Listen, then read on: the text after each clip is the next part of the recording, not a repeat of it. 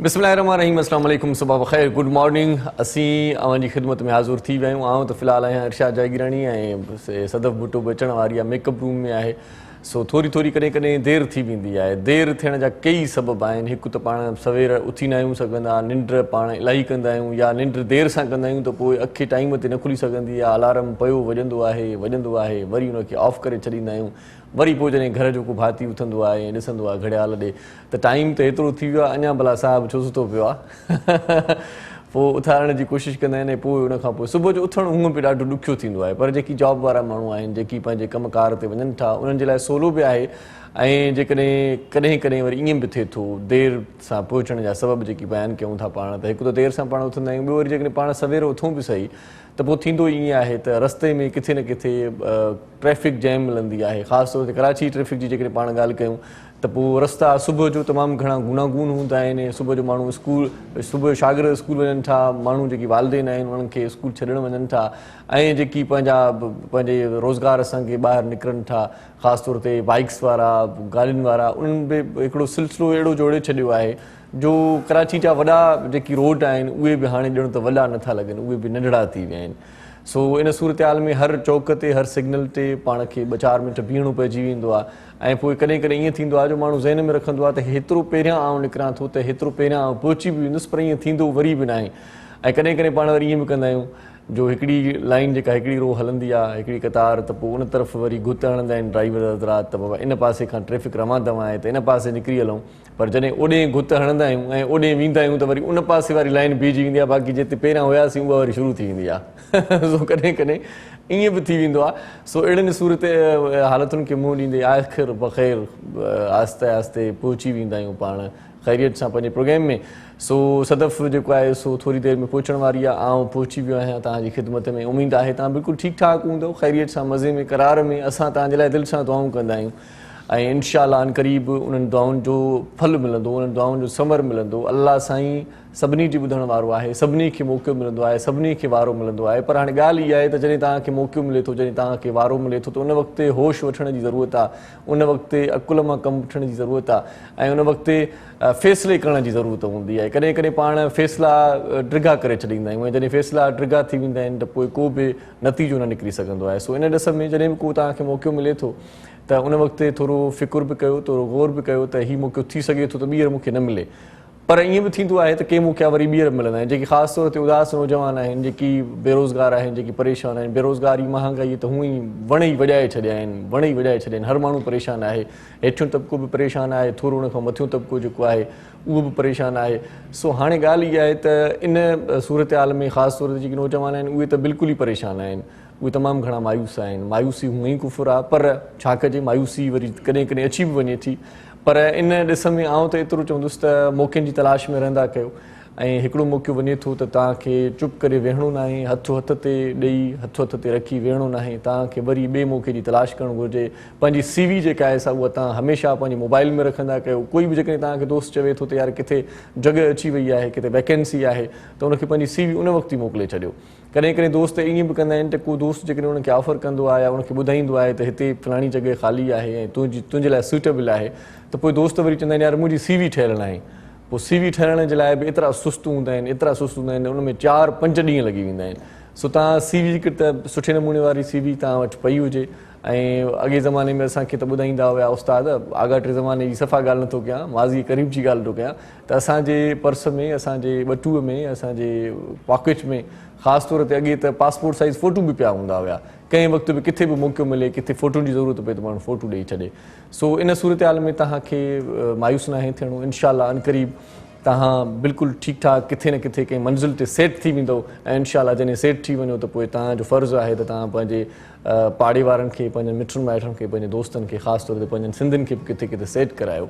सियासी माहौल तव्हां ॾिसो पिया त सियासी माहौल तमामु घणो गरम लॻो पियो आहे ऐं सियासतदान अॼुकल्ह बाक़ाइदा फार्म में अची विया आहिनि ऐं जहिड़े नमूने सां जारिहाना तक़रीरूं कनि था, कंहिं ख़ौफ़ खां बग़ैर, कंहिं हिरास खां बग़ैर। काश इन सिचुएशन खां पोइ जंहिं वक़्तु उहे इक़्तिदार में हूंदा आहिनि उन वक़्तु बि उन्हनि माण्हुनि जो ख़्यालु हुजे, उन्हनि मिठनि सांगीड़नि जो ख़्यालु हुजे। ख़ासि तौर ते मूंखे काल्ह हिकिड़ी ॻाल्हि ॾाढी सुठी लॻी मरियम नवाज़ जी, त हुन बलूचिस्तान में जॾहिं तक़रीर कई पए त त उते मिसिंग पर्सन्स जी बि ॻाल्हि कई, उते उतां जे इलाइक़े जा ॾुख सूर दर्द उन अहज पे ॿुधाया ऐं रोई पई। ऐं उन इहो बि चयो त मुंहिंजो जॾहिं पीउ गिरफ़्तार थियो मूंखे रोअणु उन वक़्तु बि न आयो, मुंहिंजी माउ जॾहिं गुज़ारे वई मूंखे रोअणु उन वक़्तु बि न आयो, पर स्टेज ते हिकिड़ी अदी आई आहे जंहिं ॿुधायो पए त उनजा 3 भाइर कई काफ़ी अर्से खां वठी लापता आहिनि, गुम आहिनि, ख़बर न आहे।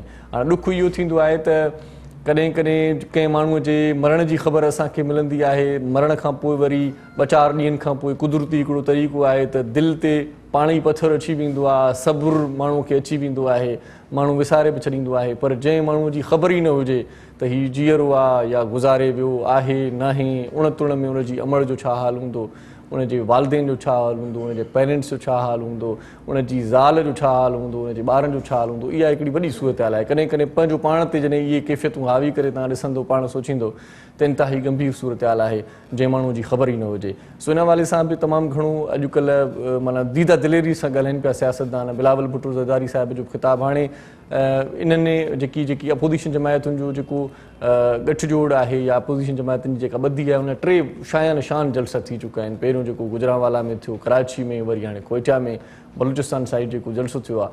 सो इहो जलसो ख़ासि तौर ते हुकूमत लाइ तमामु घणो टफ टाइम ॾियण वारो जलसो आहे ऐं मियां नवाज़ शरीफ़ बि तमामु घणो सुठो ॻाल्हाए थो अॼुकल्ह ऐं उहो बि दीदा दिलेरी सां ॻाल्हाए थो। सो इक़्तिदार में अची करे पोइ अलाए छो ईअं माण्हू कुकुड़ थी वेंदा आहिनि, इहा ॻाल्हि ख़बर न आहे। पर हिन वक़्तु जेको जोश आहे, जेको ख़रोश आहे, उन मां तमामु घणियूं उमेदूं आहिनि, ख़ासि तौर ते उन पीढ़ियल तबिके खे जिन खे इमरान ख़ान जी गवर्नमेंट मां तमामु घणियूं उमेदूं हुयूं, ख़ासि तौर ते नौजवान ऐं ख़ासि तौर ते पढ़ियल लिखियल माण्हू, तइलीम याफ़्ता माण्हू, उन्हनि सभिनी सपोर्ट कयो इमरान ख़ान खे। ऐं इमरान ख़ान साहिब जेके वाइदा कया हुया, जेकी असांखे ख़्वाब ॾेखारिया हुया, उहे सब्ज़ बाग़ अञा ताईं पाण सिर्फ़ु ख़्वाबनि में ई ॾिसूं था, उहे ख़्वाब अञा पूरा न थिया आहिनि, उन्हनि जी तामीर न थी आहे, उन्हनि जी तकमील न थी आहे, अलाए जे केॾांहुं वञे पियो सिलसिलो। बहरहाल इमरान ख़ान साहिब पंहिंजे तरीक़े सां जेकी कमु करे थो पियो, उन मां जेकी असांजो आम जेको माण्हू आहे, जेको अवाम आहे, न सिर्फ़ु उहे पर सियासतदान बि हाणे थोरा बेज़ारीअ तरफ़ वधी रहिया आहिनि। ऐं इन खां सवाइ तव्हांखे ॿियो ॿुधायां त मेट्रो ग्रीन जे नाले सां हिकिड़ी ट्रेन सर्विस बि पंजाब जी साइड शुरू थी वई आहे ऐं चवनि था त इहो बि मियां नवाज़ शरीफ़ साहिब जो मनसूबो हुयो, जेको इलाही सालनि खां पोइ तकमील ते पहुतो। शहबाज़ शरीफ़ साहिब उन में ख़ासि दिलचस्पी वरिती हुई ऐं शहबाज़ शरीफ़ साहिब जी महिनतुनि रंग लातो आहे ऐं उनजो बाक़ाइदगी सां इफ़्तिताह थी वियो आहे। पाण वटि कराची में अञा सर्कुलर रेलवे जी का ख़बर न आहे त उहो कॾहिं थींदो, मनसूबो पूरो या थिए पियो न पियो थिए। ॻाल्हियूं त पाण वटि बि तमामु घणियूं थियनि पियूं, पर इन ॾिस में जेकॾहिं पाण ॾिसूं था त पंजाब असांखां थोरो अपडेट रहे थो ऐं हुनजा रोड, हुनजा रस्ता, हुन वटि मेट्रो बसिस जो जेको पहिरियां जेको स्टाइल हुयो, जेको मेट्रो बसिस जो जेको सिलसिलो शुरू कयो वियो, उहो बि ॾाढो सुठो शुरू कयो वियो। हाणे त वरी सर्विस जेका ट्रेन जी शुरू थी वई आहे, उन मां बि जेका पंजाब जी अवाम खे तमामु घणी आसानी थींदी ऐं उहो सफ़रु बख़ैर ॾाढो सुठो सुहिणो सफ़रु आहे। ऐं मूं त उन जूं तस्वीरूं ॾिठियूं आहिनि, उन जी झलक ॾिठी आहे। ट्रेन बि ॾाढी शानदार आहे, लॻे कोन पई त पाण वटि पाकिस्तान में का अहिड़ी ख़ूबसूरत ट्रेन बि अची सघे थी।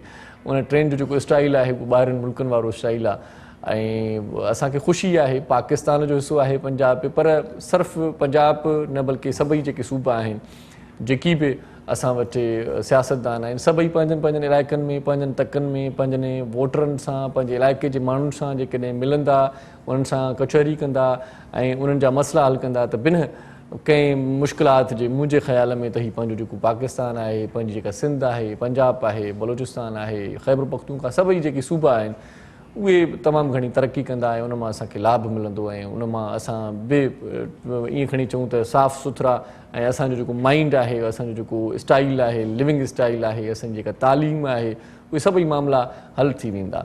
ख़ासि तौर ते अॼु पाण जेको प्रोग्राम कयूं पिया उन में पाण तालीम खे बि फोकस कंदासीं ऐं नौजवान तबिके खे घणो फोकस कंदासीं। नौजवान असांजो सरमायो आहे, नौजवान असांजे मुस्तक़बिल जो मेमार आहे। जेको ॿारु आहे उहो नौजवान थिए थो, नौजवान उनखे वरी पंहिंजे जेकॾहिं वतन जी वाग नथी मिले त एतिरो आउं ज़रूरु चवंदुसि त उनखे पंहिंजे घर जी वाग ज़रूरु मिले थी, उनखे पंहिंजे फैमिली जी वाग ज़रूरु मिले थी, उहो पंहिंजे घर जो धणी थिए थो ऐं पोइ उनजे कुलनि ते ॿार पवनि था।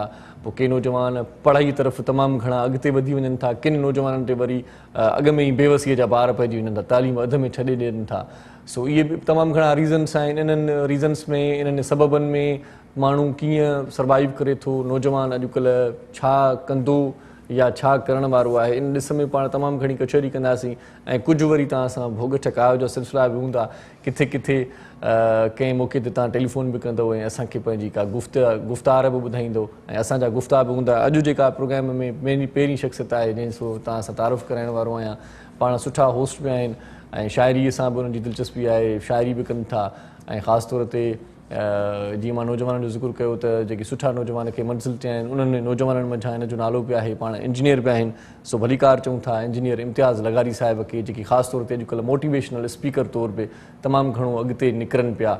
मोटिवेशनल स्पीकर हुजण बि तमामु घणी एज़ाज़ जी ॻाल्हि आहे, छो त अॼुकल्ह दिलासा ॾियण वारा, दिलदारी ॾियण वारा या का आथत ॾियण वारा, को रस्तो ॾेखारण वारा माण्हू घटि रहिया आहिनि। सो दिलदारी, हिम्मत, आथत ऐं जज़्बो ॾियण वारनि माण्हुनि मंझां इम्तियाज़ लगारी साहिब आहे, उनखे भलीकार चऊं था। अस्सलाम वालेकुम। वालेकुम अस्सलाम। कीअं आहियो लगारी साहिब? आऊं बिल्कुलु ठीकु ठाक, ख़ुशि मज़े में? बिल्कुलु अल्लाह जो बड़ी करम आहे। महिरबानी तव्हांजी, ॿुधायो कीअं आहियो? ठीकु आहियो? क़ीमती वक़्तु सीड़ायो, असां सां गॾु आहियो, तव्हां सां कचहरी कंदासीं। अॼु सुठा कलाम वरी बि ॿुधंदासीं रोज़ जीअं, ऐं सुठो फ़नकार असां सां गॾु आहे इफ़्तिख़ार सुमरो साहिब, उनखे बि भलीकार चऊं था। अस्सलाम वालेकुम साईं। वालेकुम ख़ुशि आहियो? तबियत ठीकु आहे? वॾी महिरबानी तव्हांजी, लख तोरा। ऐं उस्ताद मोहरम नाज़ साहिबु असां सां गॾु आहे। सो मोहरम साईं जो दीदार बि करे वठो स्क्रीन ते, उनखे बि भलीकार चऊं था। साईं मोहरम साईं ख़ुशि आहियो? तबियत ठीकु आहे? वॾी महिरबानी, लख तोरा। सो आउं पंहिंजी जेका नंढड़ी तक़रीर करे चुको आहियां त चांहि पीअण जो मुंहिंजो मूड आहे। सो जेसीं ताईं सदफ़ बि अचे ऐं चांहि बि पीआं, तव्हां नंढड़ी साई वठो, जेकॾहिं तव्हां बि हिन विच में को कमकार करे वठो था, पर साई असांजी 2 मिंटनि जी आहे, नंढड़ी साई आहे। सो मिलूं था नंढड़ी साईअ खां पोइ, ॾिसंदा रहिजो सलाम सिंध।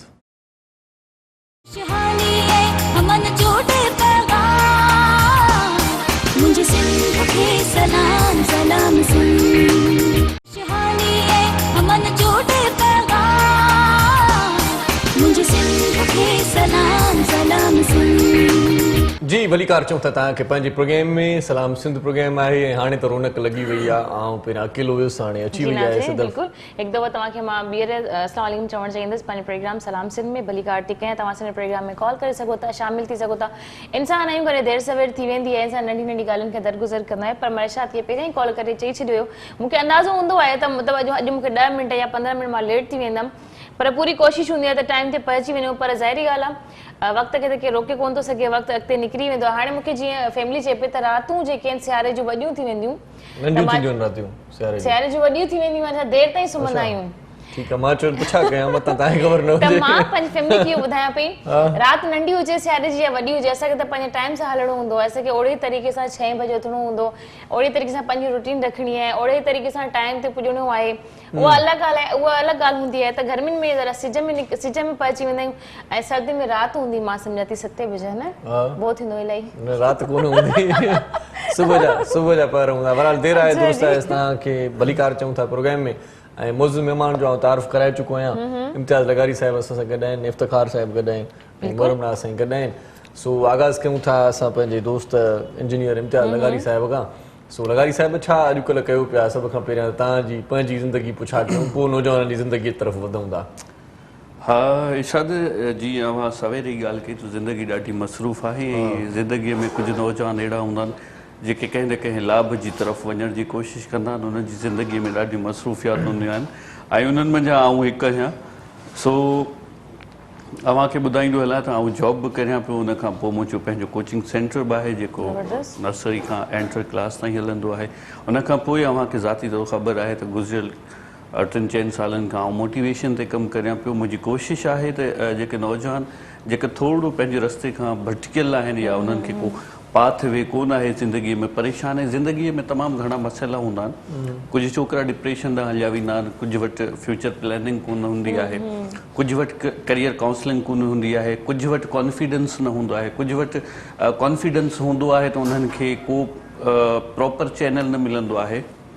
सो उन्हनि शयुनि सभिनी मसइलनि खे डिस्कस करण ऐं उन्हनि लाइ हॾ ॾोखी थियणु, हमदर्द थियणु, उन्हनि खे को सुहिणो रस्तो ॾेखारण जे लाइ आउं कोशिशि करियां पियो। बाक़ी अल्लाह पाक मुंहिंजी मदद फरमाईंदो। सही इतमाद जी खोट आहे नौजवाननि में। उन सबब छा आहे? तालीम जी खोट सां गॾु इतमाद जी खोट थिए थी, या तालीम हूंदे बि इतमाद जी खोट हूंदी आहे? न, कॾहिं कॾहिं अदा इरशाद ईअं बि थींदो आहे, कंहिं नौजवान में गट्स हूंदा आहिनि, कॉन्फिडेंस हूंदो आहे, पर जेको भरिसां जेको अव्हां जो माण्हू वेठो हूंदो आहे, हिकु दोस्त वेठो हूंदो आहे, हिकु मुआशिरे जा माण्हू वेठा हूंदा आहिनि, उहे चवंदा त यार हीअ तुंहिंजे वस जी ॻाल्हि नाहे, तूं हितां निकिरी कॉन्फिडेंस लूज़ करे छॾींदा आहिनि। ऐं हमेशह ॾिठो आहे इलाही नौजवाननि सां या सेमिनार्स में मीटिंग्स में ॻाल्हि ॿोल्हि थींदी आहे, कुझु नौजवान चवंदा आहिनि यार असां में गट्स आहिनि, असीं फलाणी शइ करणु चाहियूं था, करे सघूं था, असांखे ख़बर बि आहे, पर अलाए जे छो 10 माण्हू असांखे वालारे वेंदा आहिनि त यार हीअ अव्हांजी वस जी ॻाल्हि न आहे, हिनखे अवी छॾे ॾियो, हिकिड़ो तरीक़ो आहे, तव्हां एजुकेशन ॾांहुं वधो, जॉब कयो या हीअं कयो, अहिड़े तरीक़े सां कोशिशि कयो। मां उन्हनि खे चवंदुसि त ख़ुदि एतमादी जेका शइ आहे न, उहा तमामु वॾी शइ आहे, इन जो वॾी माना रखे थी। अगरि अव्हांखे पाण खे एतमाद नाहे अव्हां ते पाण ते, त तव्हां ज़िंदगीअ में कुझु बि कोन था करे, छाकाणि त अवी वाहिद माण्हू आहियो जॾहिं सभ खां पहिरियां पाण मथां एतमाद कंदव त पोइ भर वारा तव्हां ते एतमाद कंदा। ऐं हूअं बि असांजी जेका नेशन आहे, पाकिस्तान जी नेशन आहे, ॿाहिरि मुल्कनि में वेंदासीं त कुझु ॿियो अलमियो आहे, पर पाकिस्तान जो इहो अलमियो आहे त हिकिड़ो माण्हू जेको ज़ीरो खां स्टार्ट कंदो आहे त मुखालफ़त करण वारा तमामु घणा हूंदा आहिनि। 90 अवी चऊं पियूं त आउं चवंदुसि त 95% आहे, पर हू एस ताईं उनखे एक्सेप्ट करण लाइ तयार न हूंदा आहिनि जेसि ताईं हू कामयाबी हासिल करण। अच्छा, वरी उन में हिकिड़ी मस्के वारी ॻाल्हि, जॾहिं हू करे वेंदो आहे, हू पाए तकमील ताईं ऐं पंहिंजी मंज़िल माणे वठनि, पोइ सभु माण्हू वालारे वेंदा आहिनि, पोइ तव्हां सां सेलिब्रेशन करण वारा बि उहे ई हूंदा जेके अॻु में अव्हां सां मुखालफ़त पिया कनि, त यार अवी कोन था करे सघो। ऐं जॾहिं कामयाबी हासिल करे वेंदो त माण्हू चवनि यार मूं चयो पिए न, हीउ करे वठंदो, करे सघे थो, तव्हांजी क़िस्मत सुठी हुई, असांजी क़िस्मत सुठी न आहे, तॾहिं असां कामयाब कोन थी सघिया आहियूं। पंहिंजे मथां जो कॉन्फिडेंस हूंदो न, महिनत न आहिनि कंदा, हो बसि ॿिए जी क़िस्मत, तव्हांजी क़िस्मत सुठी हुई तॾहिं तव्हां कामयाब थी वियो, असांजी क़िस्मत सुठी हुई, असां निकिरी कोन सघियासीं। आउं हमेशह इहो चवंदो आहियां त उहे नौजवान जेके सिर्फ़ु पंहिंजे भाग, नसीब ऐं क़िस्मत ते भाड़ीनि था, उन लाइ पहिरीं जेका सभ खां वधीक मैंडेटरी शइ आहे उहा आहे महिनत। असीं 2 शयूं आहिनि असांजी कामयाबी ॾांहुं, हिकिड़ी त पंहिंजी महिनत आहे, ॿियो अल्लाह पाक मथां भरवसो करणु। जेका शइ असांजे वस में आहे उहा आहे महिनत करणु, असीं कंदा कोन आहियूं, अल्लाह मथां छॾे ॾींदा आहियूं, ऐं जेका शइ अल्लाह मथां छॾणु घुरिजे उहे असीं पाण ते छॾे ॾींदा आहियूं। हिकिड़ो फॉर एग्ज़ाम्पल चवंदा आहिनि त यार सुभाणे मुंहिंजो पेपर आहे, मां तयारी नथो करियां, अल्लाह पाक मुंहिंजा नसीब भला कंदो, अल्लाह कंदो क्लियर थी वेंदो। बाबा महिनत करणु तुंहिंजे वस में आहे, बाक़ी नसीब पंहिंजो सिलो ॾियणु अल्लाह पाक जे हथ में आहे। महिनत करी कोन थो, अल्लाह पाक मथां भाड़े थो वई, ईअं कोन थींदो आहे। सही सही। अच्छा, हिकिड़ी त ॻाल्हि थी ख़ुदि एतमादीअ जी, पर के वरी माण्हू एतमाद में सफ़ा भरियल हूंदा आहिनि, माना जंहिंखे पाण चऊं ओवर कॉन्फिडेंट, उहे माण्हू धकु खाईंदा आहिनि अॻिते हली करे, उहे माण्हू किथे बि पसंदि न कया वेंदा आहिनि, या उहे बि ठीकु आहिनि तव्हांजी नज़र में? आउं सम्झां थो त पंहिंजो पाण खे तव्हां मेजर तमामु घणो होशियारु सम्झणु पवंदो, पंहिंजो पाण खे इंटेलिजेंट सम्झणु। ऐं सवेर तव्हां ॾाढी ज़बरदस्त ॻाल्हि कई त उहे नौजवान जिन खे मौक़ा कोन था मिलनि, ऐं कुझु नौजवान अहिड़ा बि आहिनि जिन खे मौक़ा मिलनि था, पर ओवर कॉन्फिडेंस में अची करे उहे पंहिंजा मौक़ा ख़तमु था करे छॾीनि, मिस था करे छॾीनि। असल में ॻाल्हि हीअं आहे त कंहिं न कंहिं ऑर्गेनाइज़ेशन खे, कंहिं न कंहिं इदारे खे उहो माण्हू हिकिड़ो रिलायबल ऑथेंटिक माण्हू खपंदो आहे, जेको पंहिंजे कम सां सच हुजे, ऐं उन खां पोइ पंहिंजो पाण ते एतिरो भरवसो हुजेसि त यार आउं जेको कमु करियां पियो सो ॾाढे सुहिणे तरीक़े सां अदा करे सघंदुसि। पर उहे माण्हू जेके तव्हां ॻाल्हि कई त ओवर कॉन्फिडेंस माण्हू हूंदा आहिनि, उहे पाण खे अलाए जे छा सम्झंदा आहिनि, उहे इम्पोर्टेंट कम खे इम्पोर्टेंस न ॾींदा आहिनि। फॉर एग्ज़ाम्पल अव्हांजे शो में मूंखे का चार्ज ॾिनी वञे कंहिं ॻाल्हि ते, ऐं को ओवर कॉन्फिडेंस हुजे यार मां त हीअ करे वेंदुसि, मसइलो न आहे, को टेंशन आहे, पर अॻिते हली छा थियणो आहे इहा मूंखे ख़बर कोन आहे। अगरि को बदकिस्मतीअ सां को अहिड़ो मौक़ो अची वञे थो जिते आउं फेल थो वञा, त पोइ त असांजो जेको कमु आहे, असांजो जेको नुक़सानु थींदो उहा त मूंखे ख़बर आहे न।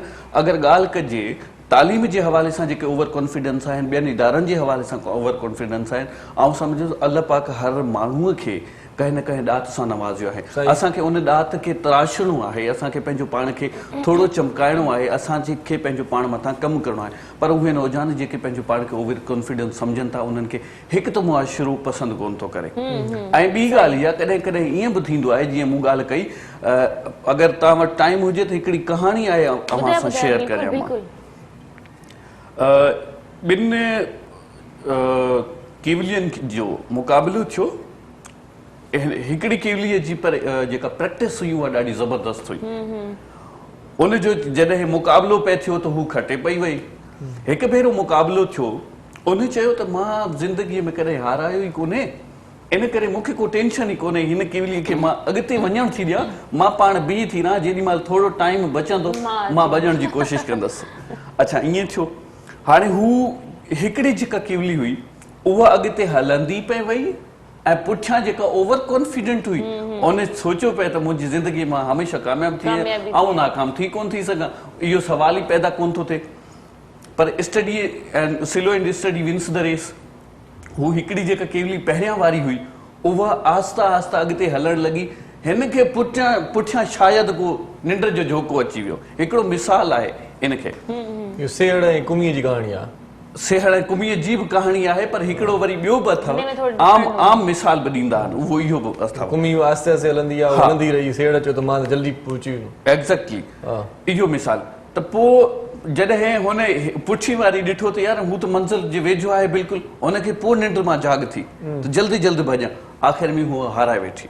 इन मां असांखे मक़सदु इहो मिलंदो आहे त जॾहिं अवी ओवर कॉन्फिडेंस हूंदा आहियो त कॾहिं कॾहिं तव्हांजा क़ीमती मौक़ा विञाए वेहंदा आहियो। ऐं उन नौजवाननि खे चवंदुसि त पंहिंजो पाण खे परखो, अलाह पाक तव्हांखे ॾात ॾिनी आहे त उनखे तव्हां थोरे तरीक़े सां यूटिलाइज़ करियो, ओवर कॉन्फिडेंस में पंहिंजो नुक़सानु न करियो। सही सही। इफ्तिकार साईं, तव्हां माशाल्लाह सुठो ॻायो था, रिहर्सल मूं ॾिठी पई तव्हांजी। कॾहिं खां ॻाइणु स्टार्ट कयो अथव भला? मां 2010 खां स्टार्ट कयो आहे। अच्छा, सफ़ा ईअं माना वेझो वेझो आयो, 10 साल खनि थिया आहिनि। 10 साल शौक़ु तव्हांखे कॾहिं खां हुयो सिंगिंग करण जो? शौक़ु त नंढे लाइक़ु हूंदो हुयो, जंहिंमहिल स्कूल में पढ़ंदा हुआसीं टीचर बि चवंदा त वॻायो ईअं गुनगुनाईंदा। तव्हांजी आवाज़ तव्हांखे कंहिं कॾहिं तारीफ़ कई त तव्हांजी आवाज़ सुठी आहे? टीचर बि कंदा, दोस्त बि कंदा, ऐं गैदरिंग में ॻाईंदा हुआसीं, उहे दोस्त चवंदा यार तूं कंहिंखां सिखिया वठि, माशाल्लाह तुंहिंजो आवाज़ु भलो आहे, इंशाल्लाह अॻिते निकिरी वेंदी। कंहिंखां सिखिया आहे? कोई उस्ताद आहे? मुंहिंजो उस्ताद तुफ़ैर रहमान भलाई। अच्छा, मज़ारी तुफ़ैर रहमान भलाई। तुफ़ैर रहमान भलाई ॾाढो सुठो सुठो। वकार मला खे ॾाढी वकार मला हेल्प कंदो रहंदो आहे। गॾु सिखियाऊं असां। अच्छा अच्छा, सही सही। पोइ हाणे भला छा ॿुधाईंदव असांखे? अली गुल सांगी जी पोइट्री आहे। वाह वाह।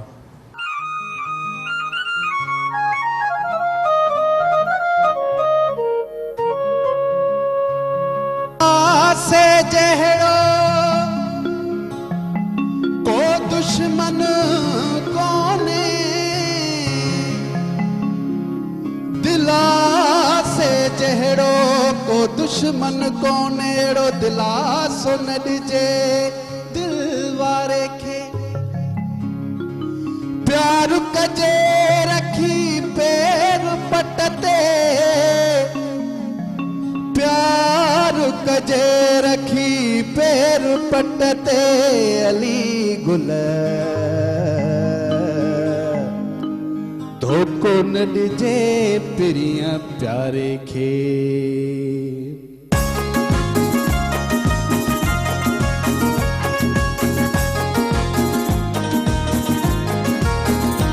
आसरन में असांखे रुलाए छॾई, आसरन में असांखे रुलाए छॾई, इहो छा कयुई, इहो छा कयुई, इहो छा कयुई, इहो छा कयुई, उन हाल खां बि विञाए छॾई, उन हाल खां बि विञाए छॾई, आसरन में असांखे रुलाए छॾई, आसरन में असांखे रुलाए छॾई, इहो छा कयुई, इहो छा कयुई, इहो छा कयुई, इहो छा कयुई, उन हाल खां बि विञाए छॾई, उन हाल खां बि विञाए छॾई, आसरन में असांखे रुलाए छॾई।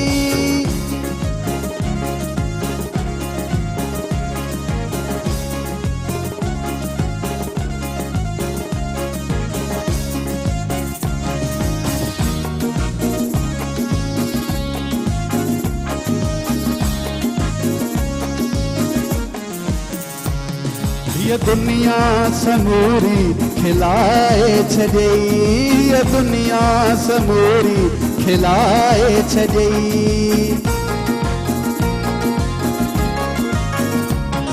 ये दुनिया समूरी खिलाए छॾई, ये दुनिया समूरी खिलाए छॾई ओ वणई असांजा वॼाए छॾई ओ वणई असांजा वॼाए छॾई हो छा कई इहो छा कई इहो छा कई इहो छा कई उन हाल खां पोइ विञाए छॾई उन हाल खां पोइ विञाए छॾई आसरनि में असांखे रुलाए छॾई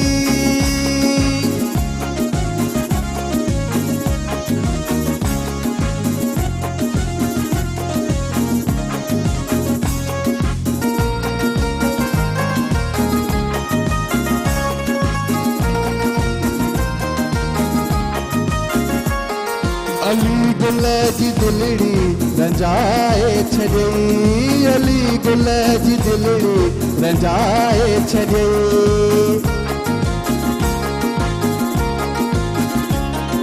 अली गुल जी दिलड़ी रंजाए छॾई अली गुल जी दिलड़ी रंजाए छॾई हीअ जानी जवानी जलाए छॾई हीअ जानी जवानी जलाए छॾई इहो छा कई इहो छा कई इहो छा कई इहो छा कई उन हाल खां पोइ विञाए छॾई उन हाल खां पोइ विञाए छॾई आसरनि में असांखे रुलाए छॾई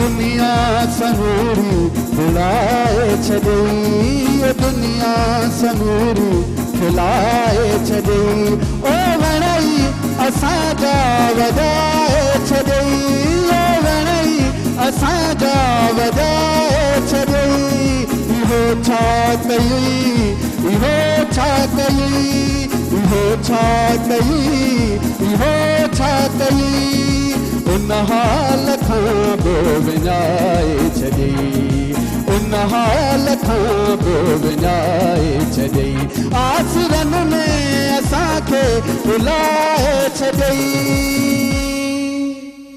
वाह सही वाह आसरनि में असांखे रुलाए अॼुकल्ह छॾई दौर ई अहिड़ो थो हले हर कोई माण्हू आसरनि में हिक ॿिए खे रुलाइनि था कहिड़े बि हवाले सां और नंढड़ी साईअ जो आसरो कयूं बिल्कुलु बिल्कुलु नाज़रीन असां हलंदासीं हिकिड़े नंढड़े कमर्शियल ब्रेक जी तरफ़ ब्रेक खां पोइ असां सां गॾु रहिजो जल्द वापसि था अचूं सलाम सिंध खुशहाली है अमन जोड़े पैगाम मुझे सिंध के सलाम सलाम सिंध खुशहाली है अमन जोड़े पैगाम मुझे सिंध के सलाम सलाम सिंध जी सलाम सिंध में हिकु भेरो वरी तव्हांखे भलीकार चऊं था ख़ुशि आमदीद ऐं असां पंहिंजी कचहरीअ में हूंदा आहियूं ॻाल्हि आहे सिधी पोइ कचहरी लाइ जो मज़ो और महिमान सां हुजे या पोइ पाण में हुजे इहा शइ अलॻि आहे असां वटि जेको हिकिड़ो ॿियो मौज़ महिमान पहुतो आहे त असां हुन सां बिल्कुलु। गपशप कईसीं आफियर बि आनियर वरी तव्हां सां मुंहिंजी मुलाक़ात करायूं था हुन सां तव्हांजी कचहरी बि करायूं था पीपल्स पार्टीअ जा पाण सीनियर मेंबर आहिनि सो सरदार भलीकार चऊं था ज़ुल्फ़िकार। सरदार ज़ुल्फ़िकार साहब के अस्सलाम वालेकुम सर जी कैसे हैं ठीक है मुल्क खैरियत से बहुत शुक्रिया आप हमारे प्रोग्राम में तशरीफ लाए ऐं लगारी साहब अॻ में ई मौजूद आहिनि बिल्कुलु, पाण वटि सुमरो साहब कलाम ॾाढो सुठो ॿुधायो उन्हनि ज़बरदस्त पंहिंजी और आसरनि में असांखे रुलाए छॾी हा उहो ई ॻाल्हि करे रही हुयसि त अॼुकल्ह माण्हुनि जा आसरा हुजनि खणी मोहबत जा हुजनि खणी उधार ॾियण जा हुजनि या उधार वठण जा हुजनि या कंहिंसां मुलाक़ात जा हुजनि अॼुकल्ह आसर ते घणी दुनिया हली रही आहे अॼुकल्ह वरी मानी मसरूफ़ लाइफ मानी में खाराइण जा आसरा बि तमामु घणा मिलंदा इलाही आहिनि। हूंदा आहिनि उहो चवंदा आहिनि तव्हां पगार तव्हांजो मिलंदी शेर पहिरीं त पोइ मानी जी उहो खाराईंदासीं तव्हांजो शेर बि मूंखे यादि आहे जेको चांहि जो मवाली हूंदो वॾो हवाली हूंदो इहे ॿ लाइनूं मां यादि करे छॾियूं आहे कुझु शयूं घर में मां वेठी ईअं वेठी हुअमि अम्मी मुंहिंजी ईअं चांहि थो ठाहे मां चयो अम्मी जेको चांहि जो मवाली हूंदो वॾो हवाली हूंदो किथां थी सिखी अचे इहे अल्फाज़ अॼुकल्ह संगत जी जेकी हूंदी आहे न चवंदा आहिनि संगत जी तव्हां ते उहे असरात हूंदा आहिनि सुठनि दोस्तनि में वेहो सुठनि माण्हुनि सां मिलो उहे ई तव्हांजी तरबियत में शामिल थींदा रहंदा माशाल्लाह आहिनि इहा इनडायरेक्ट ॾाढी सुठी तारीफ़ कई तव्हां मुंहिंजी सुठनि माण्हुनि सां मिलो सुठनि माण्हुनि वेरी सां फन मिलो सरदार साहब क्या हो रहा है पाकिस्तान पीपल्स पार्टी आजकल फार्म में ये जलसे ये खिताबात बिलावल भुट्टो जरदारी साहब के और क्या समझते हैं कि हुकूमत को ये कोई टफ टाइम देने का इरादा है, या जनवरी में जाने वाली है हुकूमत? लोग तो बातें बहुत सारी कर रहे हैं, क्या होने वाला है? आपके इरादे क्या है? आपको क्या लगता है कि कहाँ असल तक में, पहुँच रही है? सर मैं अर्ज़ करूं आपसे कि जो मौजूदा हालात हैं वो आपके सामने, ये सब आवाम है, आप हम में ज़ाहिर इसी माशरे का एक हिस्सा है। चूँकि जो इस वक्त गवर्नमेंट में है वो पाकिस्तान तहरीक इंसाफ है, जी, जी, और जी। खान साहब उसके प्राइम मिनिस्टर है। मैं समझता हूँ कि ये जो हालात, मौजूदा हालात हैं, ये उनके अपने किए हुए हैं। मैं समझता हूँ कि ये इशू नहीं है कि अपोजिशन, चूँकि कोई भी पार्टी आती है या इक़्तिदार में आती है, इलेक्शन जीती है, जैसे भी जीती है, हम तो सिलेक्टेड कहते हैं उनको, बट 5 साल का एक पीरियड होता है जो रियली मतलब एक देते हैं। बट इशू ये है कि इस वक्त ये सियासी इशू नहीं है, ये अवामी इशू बन गया है। जो जितने प्रोग्राम्स हो रहे हैं या जितने जलसाज, जो भी एक लोगों की एक कैंपेन चल रही है, तो वो आवाम की चल रही है। वो ठीक है, चूँकि अपोजिशन PDM जो बनी हुई है हमारी, ये इत्तेहादी एक पार्टी है, और इसको इकट्ठे होने में मेन किरदार जो है वो इमरान खान साहब का है। चूँकि उनका जो एक तरबियत थी जो एज ए प्राइम मिनिस्टर या एज ए पार्टी लीडर के हिसाब से, तो उन्होंने हमेशा एग्रेसिव पोजीशन ली। मतलब उन्होंने हमेशा एक किस्म का वो जो तरबियत का एक फुकदान था, मैं माफ़ी चाहता हूँ उनसे। बात यह है कि जब एज ए प्राइम मिनिस्टर आप आते हैं तो आपको बहुत सारी स्टेट की जिम्मेवारी आप पे आ जाती है, आपकी ज़ात ख़त्म हो जाती है। आप आवाम के आगे जवाब दें, आप लोगों के आगे जवाब दें, आप पूरी दुनिया में जवाब दें। तो मैं समझता हूँ कि वो एक फुकदान था जिसकी वजह से अपोजिशन ने जो है एक प्लेटफॉर्म इकट्ठा किया PDM की सूरत में, और उसमें लोगों की जो शिरकत है ना वो हैरान कुन हद तक है। इसमें मैं किसी भी पार्टी को आप क्रेडिट या डिसक्रेडिट नहीं दे रहे, जो जिसकी आवाज़ थी, जितनी उसकी पार्टिसिपेशन थी, उसने इस कोर इशूज़ पे किया। और सबसे बड़ा इशूज़ है वो महंगाई है, जो आवाम का जो कोर इशू है। तो मैं समझता हूँ कि जो हालात जिस तरफ जा रहे हैं, तो जाहिर है देखने वाले, सुनने वाले, जब आप लोगों की पार्टिसिपेशन होगी, इस तरह आएंगे, तो डेफिनेटली मतलब डेटे तो सारे दे रहे हैं, और अगर कंट्रोल ना हुआ जो कोर इश्यूज हैं, सही। इसमें मज़ीद बात करते हैं। एक कॉल आ गई है। नहीं मैं बंद कर, नहीं, कॉल इधर आ गई है। अस्सलाम वालेकुम जी। अस्सलाम वालेकुम। वालेकुम सलाम। अदा जी साईं, केर पिया ॻाल्हायो बा?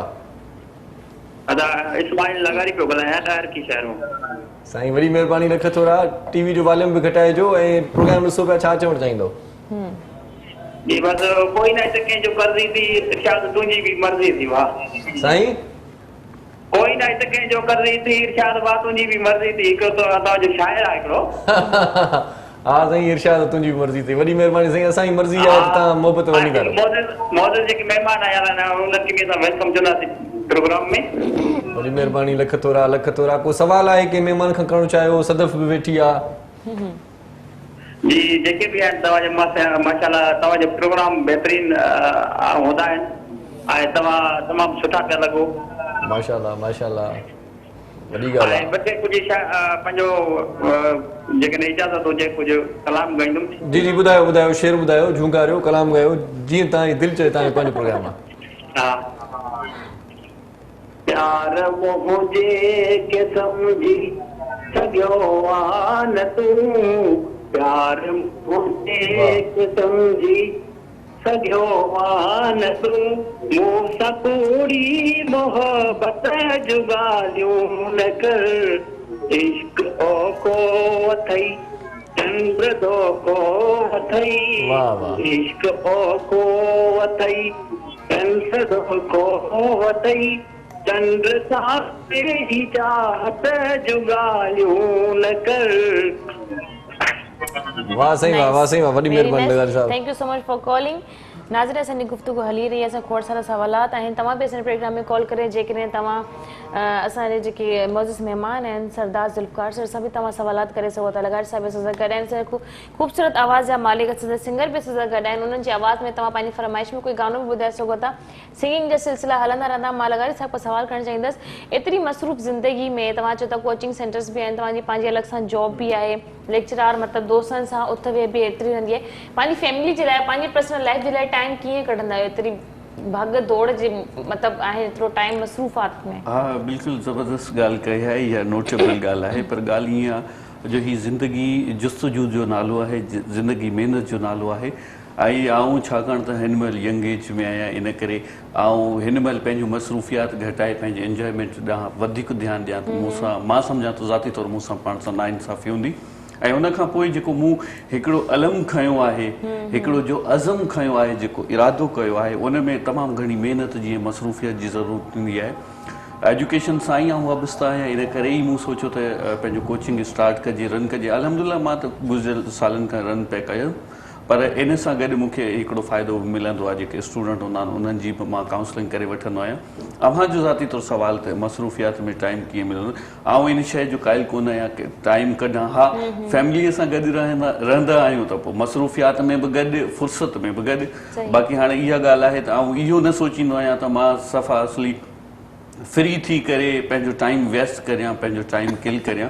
सो मुंहिंजी कोशिशि हूंदी आहे और टाइम खे बहितरीन तरीक़े सां यूटिलाइज़ करियां, उन मां को लाभ हासिल करियां, मां पाण बि फ़ाइदो हासिल करियां, पंहिंजी ज़िंदगीअ खे ऑर्गनाइज़्ड वे में हलाइण जी कोशिशि कंदो आहियां। बाक़ी ही मसरूफ़ियात आहिनि, जेसि ताईं ज़िंदगी आहे तेसि ताईं मसइला बि आहिनि, मसरूफ़ियात बि आहिनि, कॾहिं कॾहिं फ्री हूंदा। सो सरदार साहब 22 तारीख को कह रहे हैं कि पेशावर में भी बड़ा जलसा होने जा रहा है, तो ये बिल्कुल ही डट के जो है ना वो अपोजिशन अब इमरान खान साहब के साथ मतलब मुकाबला है, क्या है? असल में सर मैं आपको बताऊं कि जो इस वक्त तक जो 3 जलसे हुए तो बड़े लोगों के पार्टिसिपेशन हुई, उससे ये हुआ कि कम से कम जो पीडीएम है उनके हौसले भी बढ़ते गए और आवाम का रिस्पांस आया। जो उन्होंने जलसा गाह में, वहाँ बहुत सारे लोग थे जो शायद किसी पार्टी से नहीं थे, किसी उससे नहीं थे, लेकिन वो ज़ाती हैसियत से आए कि यार ये इशू है, कोर इशू है। अच्छा, दूसरा वो हुकूमत की पॉलिसी है कि जलती पे आग वाली बात है कि वो उनके तर्जमान आते हैं, वो आके आटा दाल चीनी का भाव नहीं बताते हैं, वो आके गालियाँ देते हैं। अब देखें, रिएक्शन जब होता है, आप किसी भी इशू पे, किसी भी मामले पे आपके गुजर रही है तो आप कोई तपी हुई बात करेगा तो रिएक्शन आएगा। तो मैं समझता हूँ कि पेशावर में बड़ा जलसा होगा और ये जलसों का सिलसिला जारी रहेगा। और मैं समझता हूँ कि गवर्नमेंट के लिए, चूँकि गवर्नमेंट जब तक है, हम नहीं कह रहे हैं कि किसी से जी वो जो एक नैरेटिव पेश किया जा रहा है कि एनआरओज मांग रहे हैं, मैं समझता हूँ कि एनआरओ ना किसी ने मांगा है, ये उनके पास कोई माकूल बात नहीं है। तो कभी वो आर्मी को इन्वॉल्व कर रहे हैं, पाकिस्तान आर्मी पाकिस्तान की आर्मी है, वो किसी पार्टी की नहीं है। ये तो और हर आदमी आर्मी के लिए अपनी जानों का नजराना, मैं कहता हूँ आवाम की पार्टिसिपेशन है उनके साथ, एक जो जज्बा है वो काबिल तारीफ है। तो इस तरफ ले जाने का कोर इशू जो इशू है वो महंगाई है। सर बैठे हुए हैं, स्टूडेंट्स को पढ़ाते हैं, ये समझ सकते हैं कि किन हालात से गुजर रहे हैं, क्रिस्टियन क्राइसिस से गुजर रहे हैं, भाई बैठे हुए। इसकी वजूहत ये हैं कि बेसिकली अगर मैं समझता हूँ जी पिछले जो लोग थे वो डाकू थे, चोर थे, जैसे जो भी उनका इकार है, तो कम से कम चीनी 50-52 रुपए किलो थी, 60 रुपए का आपको ऑयल में पेट्रोल का रेट था, 70,000 सोना था, आज 1,30,000। तो मैं समझता हूँ हम लोग सारे कह रहे वो डाकू चोरी आ जाएगा, रेट वहाँ आते हैं तो हमें वही बोल रहे भाई। कल हम लोग भी ये बैठे बातें कर रहे थे कि हम नया पाकिस्तान बनेगा, नया पाकिस्तान, लेकिन अवाम इतनी रो रही है, वो कह रहे हैं हमें हमारा पुराना पाकिस्तान नहीं था, तो हमें नया पाकिस्तान नहीं चाहिए। इससे पहले चूँकि लास्ट पाकिस्तान पीपल्स पार्टी 2008 में इक़्तिदार में आई,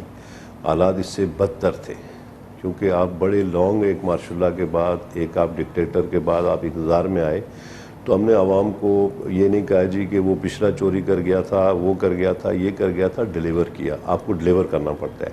और जो आप हर वक्त पब्लिक में अपना एक ओपिनियन देते हैं ना, आपकी इससे इकॉनमी में बड़ा फ़र्क पड़ता है। ये इश्यूज़ हर घर पे होते हैं, सर बैठे हुए हैं, इनके इश्यूज बहुत होंगे, आपके चैनल्स के इश्यूज बहुत होंगे, बस इसको आप डिस्क्लोज नहीं कर सकते हैं कि इशू थोड़ा सा और आपने लोगों को इसको, तो वो वाली कैफियत है कि इनके पास कुछ है नहीं और इनके मवाने खुसूसी पता नहीं कहाँ से आए हुए एडवाइज़र हैं, हमने तो खैर कभी। लेकिन आजकल पीएम साहब बड़े गुस्से में रहते हैं, खासतौर पर तकारीर जो करते हैं, मियां नवाज शरीफ, बिलावल भुट्टो जरदारी, उन पे कोई न कोई बात कर देते हैं, और ये महंगाई और ये अवाम पिस रही है गुर्बत में, उस पर कोई बात नहीं हो रही। बस बात ये हो रही है कि भाई जो पब्लिक लेटरिन्स हैं उनको कौमी तहवील में लेके आए, या ये कोई मतलब कोई क्या कहना है इस पे? प्राइम मिनिस्टर आप मुल्क का सबसे बड़ा आपके पास पोजीशन है। मैं समझता हूँ सर, अगर आसिफ जरदारी साहब, नवाज, कोई भी अगर चोर था तो आप उसको पकड़ के आप रिकवर तो करें। अब आपने कहा जी रिजर्व बढ़ गए, आप ये बताएं कि सर एक चीज आपने डबल कर दी तो रिजर्व ने तो बढ़ना ही बढ़ना है ना। मतलब आप ये चाहें कि 50 की चीज 100 की हो गई, तो आपका 10 अरब का बजट था तो वो 20 अरब का हो गया, तो वो आके मतलब उसका, मैं सर बेसिकली आपको बताऊं, एक्सपीरियंस बड़ा काउंट करता है। एक्सपीरियंस जो होता है, आसिफ अली जरदारी साहब ने जो आते ही जो एक्सपीरियंस शेयर किया था अपना कि सबको रिकन्सिलिएशन पे आए थे। लड़ाई झगड़े से अगर रिकन्सिलिएशन पे चले जाएं तो आवाम को बेहतरी हो, तो मैं कहता हूँ बस्ट ही अमल है। अगर इसमें आवाम को बेहतर हो, नेशन को बेहतरी हो, लोगों को बेहतरी हो, तो ये बस्ट अमल है। हमें लड़ाई झगड़े में नहीं जाना है। लड़ाई झगड़ों के लिए आपके नेबर्स आगे पीछे क्या हालात चल रहे हैं, रिकन्सिलिएशन की आज भी ज़रूरत है, लेकिन उसके लिए आपको इक्वल बेस पे जाना पड़ेगा। अगर वो चोर है तो आप उनको रिकवर करके कौम को बताएं ये चोरी है, तो हम उनको डिसाउंड करेंगे।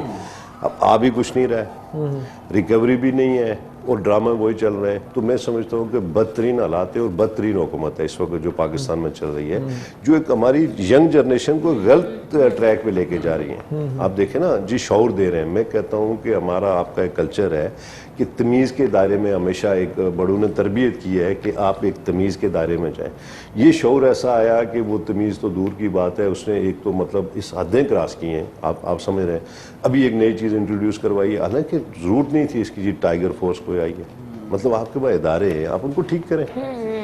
आपने एक बड़ा काम किया जी, बेनजीर इनकम सपोर्ट प्रोग्राम एक चल रहा था जो इसको नून लीग की गवर्नमेंट है तो उसने कंटिन्यू किया। इससे वोट नहीं पड़ते हैं। लोग कहे ना जी कि इससे वोट पड़ते हैं, तो फिर नून लीग तो पीपल्स पार्टी ने जो इंट्रोड्यूस करवाया था तो वो डबल वोट लेती। ये कौमी प्रोजेक्ट्स होते हैं, इसको कौम लेके चलती है, इसको हुकूमत लेके चलती है। अब बड़े इन हालात में, क्राइसिस में, कोरोना क्या एक पोजीशन है, इकॉनमी हुई है, पूरी दुनिया में क्राइसिस है। अब उस दौरान आप ये बताएं कि सर बैठे हुए हैं कि पूरा एक जो सिस्टम चेंज होता है तो उसमें कितनी इन्वेस्टमेंट होती है, कितना खर्चा होता है। सही अब कार्ड से लेके वो चेंज करके आपने साल के पैसे रोके, 6 महीने के, साल के। हमने नहीं कभी ज़ियाबिस को कैश करवाया, हमने कभी बेनजीर इनकम सपोर्ट प्रोग्राम को नहीं कैश करवाया, हमने कभी मतलब बहुत सारी चीज़ें। ये कोई मेरे खुदा ना ख्वास्ता ये मेरा क्रेडिट नहीं है, ये कौम का एक इशू है, कोर इशू है। आप इसको लेके चलोगे, इसका क्रेडिट क्या लें आप जी? ज़ियाबिस आपको पता है एक बड़ा इदारा है सर, सही, बिल्कुल ठीक है, लेकिन हमने नहीं कभी पार्टी प्रोग्राम्स में उसको हाईलाइट किया जी हमने ज़ियाबिस बनाया, हमने लॉ कॉलेज बनाया, बेनजीर इनकम ट्रेनिंग इंस्टीट्यूट बनाए।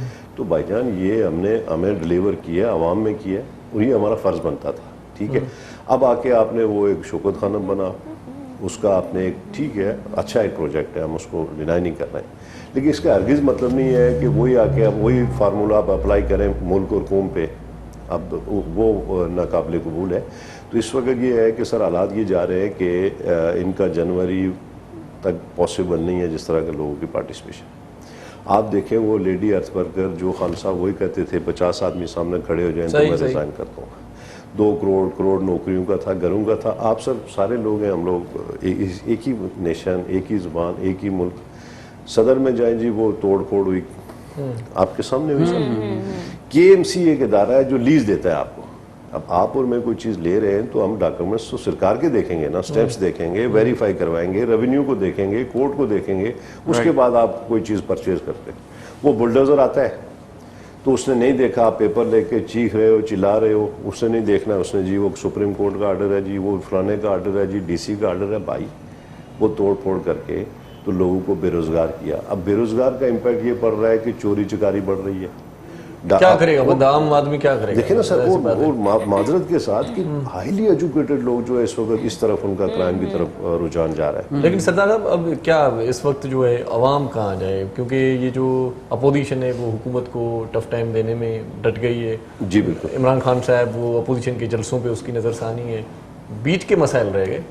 सर वही वाली बात है कि वो आसिफ अली जरदारी साहब का मैं कोट करूँगा, रिकन्सिलिएशन। जब तक आप रिकन्सिलिएशन पे नहीं जाएंगे, आप हर चीज़ को मतलब बैलेंस करके नहीं चलेंगे। रिस्पेक्ट हर आदमी की। आप देखें ना, मतलब आप माशरे में कोई ऐसा फ़र्द नहीं है कि जिसकी रिस्पेक्ट आपको करनी पड़ेगी। आप करेंगे तो वो डिलीवर करेंगे। बिल्कुल सही। जिस दिन आपने माफ़ी के साथ जो गटर साफ करना हुआ, जिनको हम हमारे वो एक बड़ा हिस्सा है। मतलब एक ये देखें कि मैं एक दफ़ा वो गटर बंद हो गया तो यकीन करें गाड़ी लेके ढूंढता रहा, चूंकि उनका एक रोल है। हाँ सही बात है। उसको भी एक रिस्पेक्ट दें कि तेरा भी एक रोल है, उसको भी अप्रिशिएट करें। मैं तो समझ रहा हूँ कि ये जो अवार्ड्स देते हैं सबसे पहले उसको दें जो सबसे ज़्यादा क्लीन करता है आके, भाई हमारा उसको बुला के दें अवार्ड, तो समझ आए कि तब्दीली आई है। तो मैं समझ जाऊँ कि तब्दीली के नाम पर कौम के साथ सबसे बड़ा धोखा हुआ है, फ्रॉड हुआ है। आज अगर आवाम जा रही है, अगेंस्ट जा रही है या जलसे में जा रही है, तो ये खान साहब का अपना शौर था जो उन्होंने बिजली का बिल जलाया, जो उन्होंने आके लोगों को मतलब एक झांसे दिए, तो ये उनका इम्पैक्ट है। लोग आ जाके जलसों में भी जा रहे हैं। ये अपोजिशन नहीं चाह रही थी, अपोजिशन की कोई मर्जी नहीं थी। इक़्तिदार में जब कोई नहीं होता तो फिर तो ये सारी हर जमायत बातें करती है कि मैं आके नहीं, ये वो कर बातें दूंगा, होती मैं हैं। वो कर दूंगा, देखिए सर, मैं ये कर दूंगा सर, लेकिन उसके बाद वही होता है। जैसे इमरान खान साहब आए नहीं और सर, 100 दिन गुजर गए, 200 सर, दिन गुजर गए, कुछ नहीं हुआ। आप जरूर कंपैरिजन कीजिएगा कि कभी अपोजिशन की किसी पार्टी ने ये ऐसे हालात नहीं पैदा किए कि बिजली का बिल जलाए। टीवी की फीस के लिए 10 रुपए थी, बोला ये गुंडा टैक्स जा रहा है, वो 100 रुपए खान साहब ने कर दी। ये जो, क्योंकि अब तरबियत होती है, आप अगर किसी सिस्टम का हिस्सा होंगे तो आपको पता है ये सिस्टम ने चलना होता है। वो चूंकि सिस्टम का हिस्सा रहे नहीं, उन्होंने आते ही लोगों के वो एग्जैक्ट जो आपकी वही बात हो गई, ओवर कॉन्फिडेंस और भी कॉन्फिडेंस हो गए। अब आपके पास जो टीम है, अब मैं कैसे मानूं कि जहांगीर तरीन साहब वहां से चले गए, आपने जाने दिया। दूसरी प्राइम मिनिस्टर साहब ये कह रहे हैं जी को मियां साहब तो गए तो वो ठीक ठाक। अब मैं किससे क्लेम करूं, आवाम किससे क्लेम करे? आपके डॉक्टर फैसल गए, पंजाब की वजीर हेल्थ मिनिस्टर गई, आपने सब ने रिपोर्ट्स आई, आपने चेक करके जाने दिया। मैं तो चाहता हूँ उसका जिम्मेवार इमरान खान है, प्राइम मिनिस्टर है। हमने उसी पर ट्रस्ट किया ना कि नवाज शरीफ साहब बीमार थे जी, वो हालत ठीक नहीं थी जी, हमने भेज दिया। तो भेजने में चीफ एग्जीक्यूटिव मुल्क का तो कह रहे हैं आने दो बस। अब देखिए ना, मतलब सर आने का मतलब उनको फायदा ही है। आज अगर मियां नवाज शरीफ साहब आज आइडियल टाइम है वापस आने का, ये पीडीएम के प्लेटफॉर्म से वापस आ जाएं तो लाखों करोड़ों लोग रोडों पे होंगे। मतलब माहौल ऐसा है ना, आज लोग तो उसको मियां नवाज शरीफ साहब को फरिश्ता समझ रहे हैं कि यार उन्होंने बड़ी चलें इस पे बात करते हैं मजीद। एक अच्छा सा सुबह आपको एक अच्छा सॉन्ग सुनवा दें। सर मैं कह इजाजत है, चेंज हो जाएगा। अच्छा जी सही इफ्तिखार साहब, वाह वाह गजो। याद थई हो, याद थई हो, याद थई,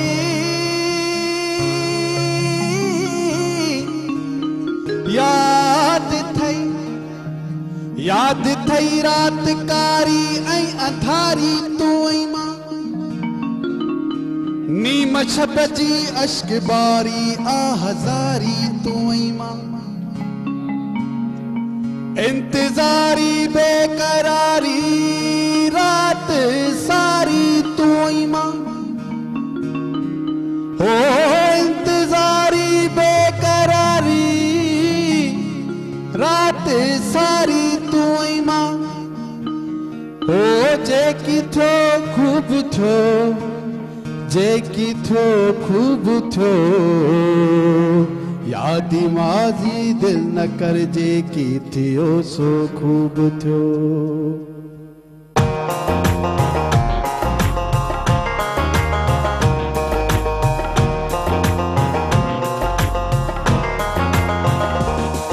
मुंडे नेण न खण, मुंडे नेण न खण, मुंडे नेण न खण, मुंडे नेण न खण, दुनिया ॾाढी साड़ली, दुनिया ॾाढी साड़ली, ॾींदई कान ॾिसण, मुंडे नेण न खण, मुंडे नेण न खण, मुंडे नेण न खण, मुंडे नेण न खण।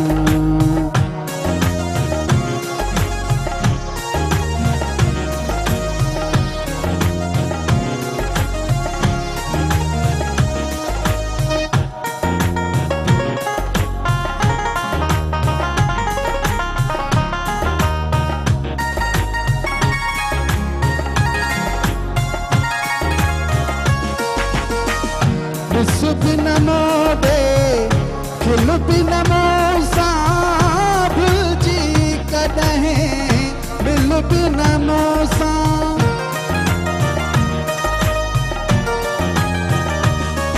ओ ॾिस भी न मोड़े, खिल भी न मोसा, भुलजी कॾहिं मिल भी न मोसा, पंहिंजो थियो सजण, पंहिंजो थियो सजण, मुंडे नेण न खण, मुंडे नेण न खण, मुंडे नेण न खण, मुंडे नेण न खण।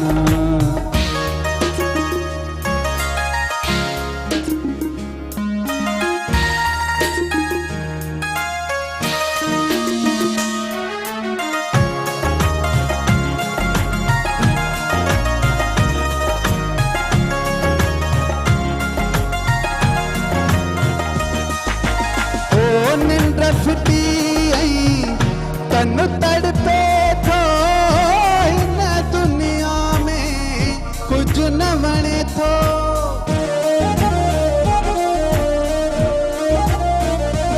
ओ निंड फिटे तन तड़पे थो हिन दुनिया में कुछ न वणे थो एडो भी त न वणो एडो भी त न वणो मुंडे नेण न खण मुंडे नेण न खण मुंडे नेण न खण मुंडे नेण न खण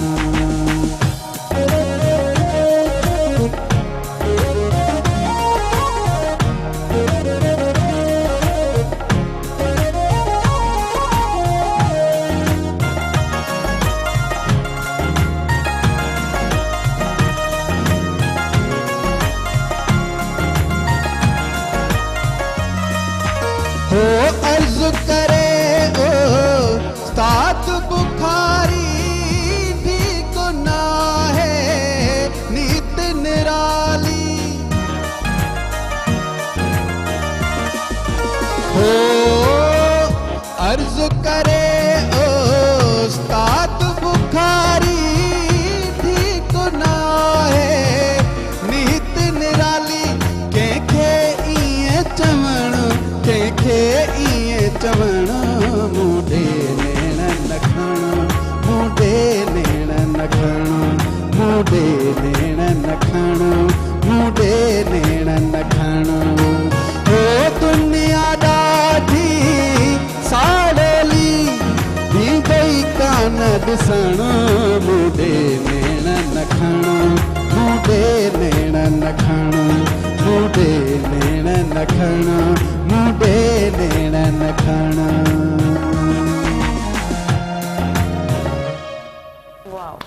वाह वाह मुंडे नेण न खण हाणे तूं ब्रेक वठ ओके हाणे तूं ब्रेक वठूं ठीक है नाज़रीन हलंदासीं हिकिड़े नंढड़े कमर्शियल ब्रेक जी तरफ़ तव्हां सां गॾु रहिजो ऐं ॾिसंदा रहो असांजो प्यारो ऐं ख़ूबसूरत प्रोग्राम सलाम सिंध खुशहाली है अमन जोड़े पैगाम मुझे सिंध के सलाम सलाम सिंध खुशहाली है अमन जोड़े पैगाम मुझे सिंध के सलाम सलाम सिंध जी वेलकम बैक नाज़रीन हिकु दफ़ो तव्हांखे मां ॿीहर भली कार्तिक ऐं सिंध टीवी जे ख़ूबसूरत प्रोग्राम सलाम सिंध में अॼु असांखे इरशाद जागरण ॾिसूं जीजल अख़बार में छा ॿुधाए रहिया आहिनि जी जीजल अख़बार अॼु जेकी ख़बरूं हुन में छपियूं आहिनि इहे ॿुधाइण खां पहिरियां तव्हांखे ॿुधायां सूमर जो अॼु ॾींहुं आहे 26 अक्टूबर 2020 बमुताबिक़ 8 रबीउल अवल 1442 हिजरी सिफ़ा हिन अख़बार जा 8 हूंदा आहिनि क़ीमत 20 रुपया हूंदी आहे सो अॼु जेका ख़बर आहे उहा PDM जी लीड ख़बर छपी वई आहे ऐं उहा ख़बर ईअं आहे त इमरान ख़ान इदारनि खे टाइगर फोर्स बणाइणु चाहे थो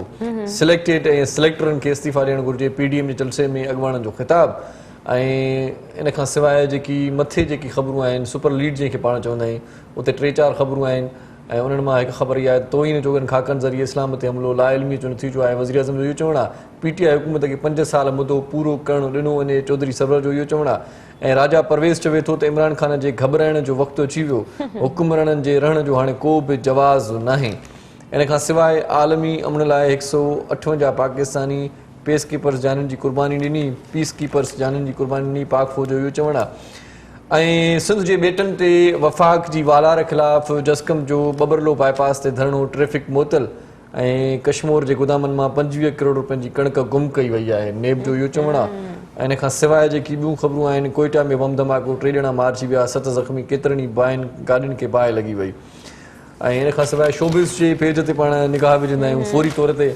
एंटरटेन जूं ख़बरूं बि तव्हांखे ॿुधाईंदा आहियूं छो त प्रोग्राम एंटरटेनमेंट जो आहे सो कुझु माहौल ख़ुशगवार बि कजे सो ख़ुशगवार माहौल में इहो आहे त मीरा चवे पई त शॉर्टकट ज़रिए न पर महिनत सां मक़ाम हासिलु कयो आहे अच्छा माशाअल्लाह ऐं इन खां सवाइ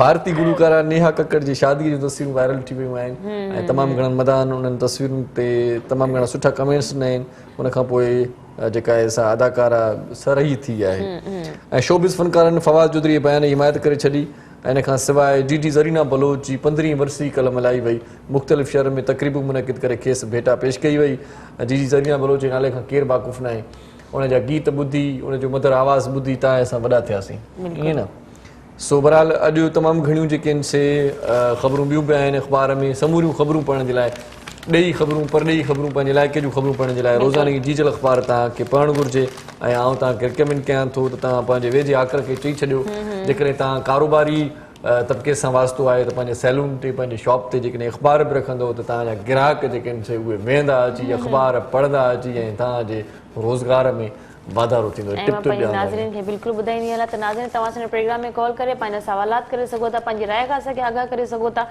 मां हिकिड़ी ॻाल्हि सोचे रही आहियां त वज़ीर आज़म साहिबु इमरान ख़ान असांजे लाइ जेकी टाइगर फोर्स तयारु करे रहिया आहिनि उन टाइगर फोर्स सां असांखे आवाम खे कहिड़ो फ़ाइदो आहे। जेकॾहिं मतिलबु टाइगर ठाहिनि शींहनि जी फ़ौज ठाहिनि मां त चवां थी अलाए छा छा ठाहिनि पर असांखे कहिड़ो फ़ाइदो। असां त ॾींहों ॾींहुं पोइते थींदा था वञूं। सब्ज़ी एतिरी महांगी आहे 1000 रुपये जे अंदरि सिर्फ़ु तव्हां 4 आलू टमाटर भिंडी वठो 1000 रुपये तव्हांजो पूरो थी वियो। उहो 1000 रुपयो कमाइण जे लाइ हिकिड़े मज़दूर खे सॼो ॾींहुं सुबुह खां वठी शाम थी वेंदी आहे खॾो खोॾींदे। हाणे उनजे अंदरि उहो अटो बि वठे घी बि वठे मसाला बि वठे सब्जियूं बि वठे पंहिंजे ॿारनि खे कीअं पाले जॾहिं इन्हनि शयुनि जी पूरत कोन थींदी आहे त ज़ाहिर ॻाल्हि आहे इंसान पोइ वरी पंहिंजे पेट खे पालण जॾहिं पेट जेके आहिनि इलाही सुठी शइ बि आहे इलाही बुरी शइ बि आहे। इहो पेट इंसान खां ग़लति कम बि कराए छॾींदो आहे सुठा कम बि कराए छॾींदो आहे। तो यह मां सरदार जुल्फ़िकार सर साहब साहब मुझे सवालात हल ही रहे हैं। सरदार साहब आपने अभी बातें सुनी है कि अब लोग कह रहे हैं कि इमरान खान को घबराने का टाइम आ गया है और आपको क्या लगता है अभी सुनने में भी आ रहा है जनवरी फरवरी में इनकी हुकूमत जा भी रही है लेकिन लोग ये चाह रहे हैं कुछ उनके अपने जो कहते हैं कि इनको 5 साल पूरे करने चाहिए। मुझे नहीं लगता कि 5 साल में कुछ गरीब कहते हैं ना गरीब और अमीर एक बराबर हो जाएंगे। वो वाकई में वो तब बराबर हो जाएंगे 21 करोड़ आवाम में से 20 करोड़ गरीब मर जाएंगे 1 करोड़ आवाम बचेगी उनके लिए फिर तब्दीली कुछ हो जाएगी। लेकिन इस वक्त इमरान खान साहब के लिए यही जुमला बोला जा सकता है घबराना नहीं है। नहीं क्यों नहीं घबराना है सबको उन्होंने घबरा के हिला के रख दिया है। वो खान साहब ने जो कहा था घबरा अब वो खान साहब का अपना घबराने का वक्त शुरू हो गया वो लिखा है अखबार में। दूसरी बात ये है कि मैंने टाइगर फोर्स का जो जिक्र किया ये एक नई मतलब आप एक नई टेंशन है। मैं कारोबार के लिए बिजनेसमैन के लिए एक नई टेंशन है।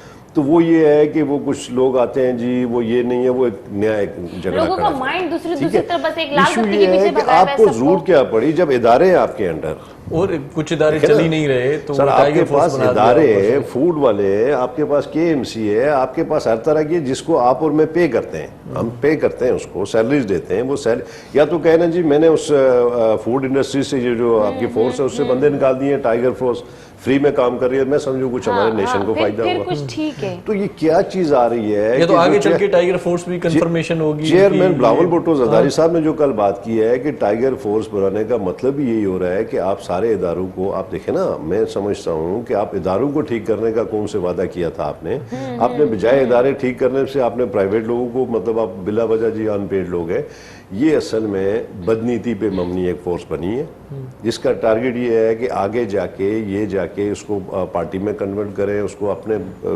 एडजस्टमेंट करें वो जो करोड़ नौकरियों का है तो मैं समझता पार्टी हूं के कि- मकासद के लिए ज़ाहिर है, इस्तेमाल पार्टी के मकासद के लिए और इससे अलावा इसका कोई मैं वैसे तो नजर समझता तो हूं- नहीं आ रही मैंने तो कहीं नहीं देखी कोई सर यहाँ सिंध में कमी नजर आएगी क्योंकि टाइगर यहाँ फोर्स पे मैंने वो तो हालात इतने मतलब साज़गार दिखाई नहीं हैं। दे रही पता नहीं कहाँ असल पर में काम कर रही सर है। सिंध धरती का अपना एक इस नेशन में एक रोल है तो यहाँ आपको कम नजर आएंगे ये केपीके में जाएंगे पंजाब में जाएंगे वह इन्हीं की यहाँ हुकूमत पे है अगर ऐसी बात है कि टाइगर फोर्स लोगों की मदद करने के लिए रेडी है मदद करने के लिए खड़ी हुई है जब कॉल करो हाजिर है। मैं समझती हूँ कराची में सबसे ज्यादा उनकी जरूरत है जितने लोग इस महंगाई के अंदर ऑफिसों से निकाले गए हैं लोगों के कारोबारों से उनको फायर किया गया है उनको कारोबारों की जरूरत है। अब जाहिर सी बात है एक बंदा जिसकी तनख्वाह 15 से 20 हजार रुपए उसको अगर वो फारिग करके चैनल वाले या कोई भी घर बिठा देते हैं तो वो एट ए टाइम इतना पैसा कहाँ से लाए जो वो दूसरा बिजनेस शुरू करे। अगर उसके पास इतना ही पैसा होता तो वो चैनल पे या किसी जगह पे किसी ऑफिस में क्यों काम करता। कितना नुकसान हुआ है बच्चों के दूध महंगे हो गए हैं मेडिसिन महंगी हो गई। लोग कहते हैं कि मेडिसिन अगर हम खा के बच रहे हैं तो इतनी महंगी मेडिसिन है हम फिर बिना मेडिसिन खाए मर जाना हमारे लिए बेहतर है। इतनी महंगी ब्लड प्रेशर सर के दर्द की और कमर दर्द की और ऐसी चीजें जो अभी बच्चे से लेके बूढ़े तक हमारे घर की फैमिली हमारे माँ बाप को उन टेबलेट्सों की जरूरत है। जो 70 रुपए का पैकेट मिलता था ब्लड प्रेशर की गोली का वो 120 रुपए का हो गया है वो भी जिंदगी की जरूरत है। इतनी मुश्किलात तो वाकई में मैं तो समझती हूँ कि बस अब अल्लाह ही हाफिज इस पाकिस्तान का। देखिए ना बड़ी रियल इन्होंने बात ये अपोजिशन की तकरीर सुना दी सर तकरीर नहीं है ये दिल की आवाज यकीन कर रहे हैं कि ये दिल की आवाज है जो दिल की आवाज है। आप बाजार में जाएं मतलब बेसिकली जो गवर्नमेंट का हमारा प्लान था पीटीआई का, वो एजुकेशन सेक्टर था, अब उसका हाल देख लें, हेल्थ सेक्टर था उसका हाल देख लें। मैं समझता हूँ कि जो टाइगर फोर्स की बात कर रहे हैं सर, ये आप और मैं, अगर महंगाई है, हम ऐप्स पे कोई चीज़ डाउनलोड का सेंड कर सकते हैं, हर आदमी के पास मोबाइल है, उसमें क्या जरूरत है ऐसी फोर्स बनाने की। आप रिएक्ट अगर कर सकते हैं तो इनकी कॉल पे, इनके मैसेज पे आप रिएक्ट करें। अब जरूरी है कि टाइगर फोर्स वाले आपको कहेंगे और आप आगे रिएक्शन करेंगे? मैं तो समझती हूँ सिंध पुलिस ही टाइगर फोर्स है। देखिए ना, कोई इदारे, देखो ना, आप उनको इदारे जरूर करें, आप चेक एंड बैलेंस के इदारे, आप सैलरीज लेते हैं, आप हर चीज के आपके पास एक सिस्टम है, आप इदारा ठीक करें। आपको कोई जरूरत नहीं है कि आपने मतलब टाइगर फोर्स बनाया, आपको क्या जरूरत पड़ी कि ये जो आपने पैसा खर्च किया आपने Benazir income sports programme change करने का, वही आप मेडिसिन में रिलीफ दे दें। कल लाहौर में इन्होंने एक बड़ा प्रोजेक्ट दिया जी, जिसकी ओपनिंग हुई है, उसकी जरूरत नहीं है कि जिसमें 15 अरब रुपया सब्सिडी जाएगी, वो मेडिसिन पे दे दें, लोग गरीब का अरशर हो जाएगा। वही आप गंदम पे, आटे पे दे दें, लोग रोटी 2 टाइम की खा लेंगे। दूध का डिब्बा इतना महंगा कर दिया है, पॉसिबल ही नहीं है। और टेंशन इतनी गवर्नमेंट देती है, टेंशन इतनी दी हुई है कि आपको वो टेबलेट्स लेना जरूरी हो गई है। अभी पहले तो ये था ना कि शायद चल जाता था, अब वो जरूरी हो गई है। तो मैं समझता हूँ कि सरासर आवाम के साथ जाती है। इसको जो अपोजिशन जो है, ये जो चूंकि वो कह रहे हैं जी हमें 1 करोड़ 70 लाख वोट लिया था हमने, मैं कहता हूँ ये 22 करोड़ का आवाम है, खुदा का वास्ता इस पर रहम करें। ठीक है, आप 1 करोड़ 70 लाख की नुमाइंदगी ना करें, बल्कि 1 करोड़ 70 में से कह रहा हूँ 70 आदमी ये कह देंगे खान साहब अच्छे हैं तो जो चोर की सजा वो हमारी सजा। ये देखिए, उन्होंने कहा था 90 दिन के अंदर मैं लोगों को इतनी नौकरियां दूंगा, घर दूंगा। 90 दिन से 6 महीने पे गए, साल पे गए, 2 साल पे गए, 2 साल 3 साल होने वाले। अब तो राइट बनता है, अपोजिशन का ही बनता है। और जो उनके जो नुमाइंदे हैं जो आके टीवी पे, यार प्रेस कॉन्फ्रेंस एक से हटो दूसरा जवाब देने पहुंच जाते हैं। भाई हुकूमत का काम प्रेस कॉन्फ्रेंस से करना नहीं है, डिलीवर करना है। अगर अपोजिशन कोई रेज करती है, इशू हाईलाइट करती है, मीडिया कोई चीज़ हाईलाइट करती है, तो आप उसको सॉल्व करो। आप आके जवाबन हमला ना करो कि जी वो तेरी हो गई सी, मेरी हो गई थी। मैं समझता हूँ अनमेच्योर्ड किस्म की गवर्नमेंट आई है, अनमेच्योर्ड इनके गुजरा है, जिनको सिर्फ और सिर्फ लड़ाई झगड़े के अलावा उनको प्रायोरिटीज ही नहीं पता है कि यार मुझे लोगों ने जिम्मेवारी दी है, मुझे ज़ात से बाला ताक होके मैं डिलीवर करूँ, मैं हर आदमी के आगे जवाब दे हूँ, बजाय इसके कि वो एक लेके जी वो आप देखें ना अभी जो वाकया हुआ गवर्नमेंट में पीसी वाला जो कैप्टन सफदर का, यार मैं हैरान हूँ, मतलब किस तरह के लोग हैं आके क्या प्रेस कॉन्फ्रेंस कर रहे हैं जी, वो फुटेज देखें। भाई आपने 9 क्यों किया? सही, वो तो छोड़े ना दरवाजा टूटा या नहीं टूटा, मतलब ये कोई बात है कि आप सुबह 6 बजे आके और आईजी साहब को आपने मतलब 4 बजे आए, आईजी साहब को जो उनकी स्टेटमेंट है, मैसेजेस है उनके, प्रूफ है। अच्छा, इस सारे माहौल में, इस सारी सूरत के बाद हमारे सीएम की क्या पोजीशन है? खतरा मंडला रहा था बीच में कि एक बात सुनो, कुर्सी कहीं भी जा सकती है। सर मैं एक बात तो एक्सीलेंट डिलीवर कर रहे हैं सीएम साहब, मैं आपको इससे बालाता है वो नासिर शाह साहब की बातें हो रही थी कि हमारा पार्टी नहीं, वो चूंकि असल में ये था कि मुराद अली शाह साहब का जो इस वक्त, मैं समझता हूँ कि मैं एज ए पार्टी वर्कर नहीं कह रहा हूँ, आप अगर पूछें, आप ब्यूरोक्रेसी से पूछें, आप किसी से पूछें, एक्सीलेंट मैं कहता हूँ उनको मार्क्स देने चाहिए और बड़ी सिंसेरिटी के साथ जी डिलीवर कर। वो वसीम अकरम प्लस वाली कहानी नहीं है, वो वाली नहीं है जो एक आपने बोगस किस्म का वहाँ सीएम पंजाब उठा दिया है और उसको नहीं पता कि मैंने कहना क्या और करना क्या है। तो मैं समझता हूँ कि मुराद अली शाह साहब बेहतरीन डिलीवर कर रहे हैं। आप एजुकेशन सेक्टर से पूछें, आप हेल्थ सेक्टर से पूछें, इवन आप ब्यूरोक्रेसी में जाएंगे तो आपको एक दिल बर्दाश्ता तो नहीं हुई इस वाक़े के बाद? आया जी चला गया, मतलब ऐसे नहीं जिस तरह से सर अल्लाह उसको होटल से उठा दिया गया कैप्टन सफदर को, हालात मतलब अपने बस में नहीं थे, हुकूमत की अपनी रेट कायम नहीं थी। सर देखिए ना, अब चूंकि एक आदमी ने चैलेंज आके किया, वो फेडरल मिनिस्टर थे कि आईजी साहब और चीफ सेक्रेटरी साहब मैं आपको कल ओएसडी बना दूंगा, मैं असेंबली में वो उठाऊंगा, तो क्लियर उन्होंने किया हुआ है ना, या तो होती ना कोई बात। अब वो एक हमारे पॉलिटिक्स में ऐसे ऐसे लोग इंट्रोड्यूस हो गए कि सिंध की एक अपनी रिस्पेक्ट थी, सिंध का एक अपना मुकाम था, तो वो अली मादल शेख जैसे लोग इंट्रोड्यूस हो गए, वो डुगडुगी लेके, मैं उसको भी किसी ने वोट दिए हैं, लेकिन आप डिलीवर करो। अब वो वहाँ से उठाया, किसी की लोकेशन कहाँ से आ रही है, जिसको मदई बनाया वो 4 दिन से गायब है, वो सुपर हाईवे की लोकेशन आ रही है। कम अज़ कम सेंस इस्तेमाल करो, अगर आपने फेक ड्रामा ही करना है तो कम अज़ कम उसको सही तरीके से तो करो। अब वो आके आपने वो ड्रामा किया, फिर वो कह रहे जी वो जी लो जी फुटेज आ गई। मैं नहीं, बड़ी एक्साइटिंग थी, पता नहीं क्या फुटेज आ गई, एक दो ने कहा तस्वीरें आई, मैंने कहा जल्दी से वो देखा, भाई फुटेज आ रही है, पुलिस लेके आई है, ऐसे जैसे कोई मफरूर, वो मतलब हाई क्लास का जो होता है ना, सही। वहाँ का मफरूर कोई है कि दोनों तरफ पुलिस 10-12 लोग मोबाइल आके वो रिपोर्ट किया। अच्छा लगारी साहब, तव्हां ॿुधायो भला, ही सॼी सियासी सूरत हाल हिकु पासे, वरी ॿिए पासे पाण वटि नौजवान तमामु घणो जेको आहे सो स्ट्रेस जो शिकार आहे, वरी मथां इहे परेशानियूं, त छा कजे इन परेशानियुनि जो हल छा आहे? माना म्यूज़िक ॿुधिजे, शाइरी पढ़िजे, किताब पढ़जनि, या चुप करे वेहिजे घर, छा कजे आख़िर? न इरशाद, ही बिल्कुलु सही ॻाल्हि कई आहे। महांगाई जो दौरु आहे ऐं ॿिए पासे वरी बेरोज़गारी, हीउ ॾाढो परेशान कुन मसइलो आहे। ऐं नौजवाननि खे हमेशह पतो हुअणु घुरिजे, पंहिंजी मंज़िल ॾांहुं वधणु घुरिजे। को वक़्तु हुयो त नौजवान वटि ऑप्शन्स हूंदा हुया न, बाबा हितां निकिरंदुसि त हेॾे वेंदुमि, हेॾो। हाणे ऑप्शन्स ई न आहिनि। नौजवान हिकु हंधि क़ैद आहे, बॉस जो मातहत थी वियो आहे, जी सर, यस सर, ओके सर। त हाणे ऑप्शन्स कोन के चवनि था हिते बि ठीकु आहे, घटि पघार आहे, मिड़ई रोज़ी लॻी पई आहे, मिड़ई रोज़ी लॻी पई आहे, माना मज़े वारी रोज़ी ॼणो त कोन थी मिले। जी, मूं थोरी देरि पहिरियां ॻाल्हि कई त पहिरियां फस्ट ऑफ ऑल असांखे लिमिटेड न हुजणु घुरिजे। ऐं ॿी ॻाल्हि इहा, हीउ जेको दौरु आहे, ऐं आउं सम्झां थो, मुंहिंजी जेका प्रेडिक्शन आहे, जेको ऑब्ज़र्वेशन आहे मुंहिंजी इहा आहे त हुकूमत जीअं बेशक तब्दील खे, साईं जीअं ॻाल्हि कई आहे, ही तहरीक इंसाफ़ वेंदी, PPA पोइ ईंदी, या नवाज़ लीग ईंदी, महांगाई वधंदी हाणे घटि, छाकाणि त पुठियों जेको कर्ज़ो आहे हिननि खे पहिरियां चुकाइणो हूंदो आहे, इन करे महांगाई अञा वधंदी, बेरोज़गारी बि वधंदी। हाणे नौजवाननि लाइ हिकिड़ो सबक़ु आहे, सबक़ु हासिलु करणु घुरिजे त तालीम ॾिसो, मां हमेशह ॻाल्हि कंदो आहियां, तालीम जो इहो मक़सदु कोन आहे त तव्हां तालीम हासिलु करे नौकिरी करियो, ज़रूरी न आहे। तालीम असांखे शऊर ॾींदी आहे। जॾहिं शऊरी माण्हू थींदो आहे, उन खां पोइ अव्हां पंहिंजा बिज़नेस स्टार्ट करे सघो था, बेशक नंढड़े लेवल खां। ख़ुदि कफ़ील माण्हू हमेशह पंहिंजो पाण खे बादशाह सम्झंदो आहे, जेके ॿियनि जी मदद लाइ इंतज़ारी न हूंदा। ॿियो मसइलो आहे लगारी साहिब, उहो मसइलो इहो आहे त असां वटि जेको पढ़ियलु लिखियलु छोकिरो आहे, उहो चवे थो त मूंखे जेकॾहिं नौकिरी मिले त टिप टॉप नौकिरी हुजे, भली हुजे, आउं किलारकी कोन कंदुसि, आउं रेड़ो न हलाईंदुसि, आउं बिरयानी न खोलींदुसि। इन ॾिस में बि इलाही माण्हू पंहिंजी उमिरि विञाए छॾी आहे उन नौकिरियुनि जे आसरे। नौकिरी उमिरि ख़तम थी वई, पोइ कुझु बि नथा करे। तव्हां छा सम्झो त नौजवान खे कुझु न कुझु मिड़ई करणु घुरिजे? वरी शादियूं अहिड़े हिसाब सां थियनि थियूं, जेसिताईं छोकिरे खे सुठी नौकिरी न हूंदी, शादी कोन थींदी, सुठो कमाईंदो कोन, त हुनजो घर कीअं हलंदो?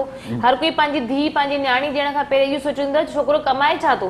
जॾहिं छोकिरो कुझु कमाए ई नथो त उन्हनि शादियूं कोन थियूं थियनि। बिल्कुलु सही ॻाल्हि कई आहे। जीअं हाणे तव्हां ॻाल्हि कई, एजुकेटेड माण्हू आहिनि जेके नंढड़े कारोबार नथा वधनि, आउं सम्झां थो उन्हनि वटि अवेयरनेस जी थोरी कमी आहे, घटिताई आहे, उन्हनि में अवेयरनेस न आहे। एजुकेशन सां लाॻापियल कारोबार बि करे सघजनि था। फॉर एग्जाम्पल, एजुकेशन खे बरक़रार रखण लाइ हल्को फुल्को इलाही छोकिरा जेकी पहिरियां सर पार्ट टाइम मज़दूरी करे ऐं पोइ ख़बर पई त बाबा हिन कमीशन जो इम्तिहान पास कयो, ऑब्वियसली ईअं ई आहे। इलाही सारा एग्जाम्पल्स असां वटि ईंदा आहिनि। सोशल मीडिया त सम्झो त पूरी दुनिया खे पाण में ॻंढे छॾियो आहे। कुंड कुर्छ जो जेको मिसाल आहे, जेका का ॻाल्हि नंढी ॻाल्हि आहे, उहा असां ताईं पहुची सघे थी। नौजवाननि खे आउं शॉर्टली इहो चवंदुसि त हथनि मथां हथ धरे न वेही रहो, ऐं पंहिंजो पाण खे जाचो, पंहिंजो पाण खे ॾिसो, पंहिंजो पाण खे संभालियो, ॻोल्हियो त अव्हां में कहिड़ा गट्स मौजूदु आहिनि। ज़रूरी न आहे त मां हमेशह ॻाल्हि कंदो आहियां, मां इंडस्ट्रियल इंजीनियर, इन जो मक़सदु इहो न आहे त आउं इंडस्ट्रीज़ में कमु कयां, पर अल्लाह पाक मूंखे अगरि मोटिवेशन जी ॾात सां नवाज़ियो आहे त पोइ आउं उन में सही तरीक़े सां पंहिंजो ज़बरदस्त पोटेंशियल ॾेई सघां थो। त मूंखे बजाए उन ॾांहुं वधण जी, मूंखे पंहिंजी ॾात ऐं जेका मूं में अंदरि ख़ासियत आहे उनखे जाचणु घुरिजे, अॻिते वधणु घुरिजे। सही सही ॾात जी ॻाल्हि निकिती आहे त हिन पासे इफ़्तिख़ार सुमरे साहिब ॻाइण जी ॾात आहे। क्या बात आहे साईं, वाह वाह कयो पोइ।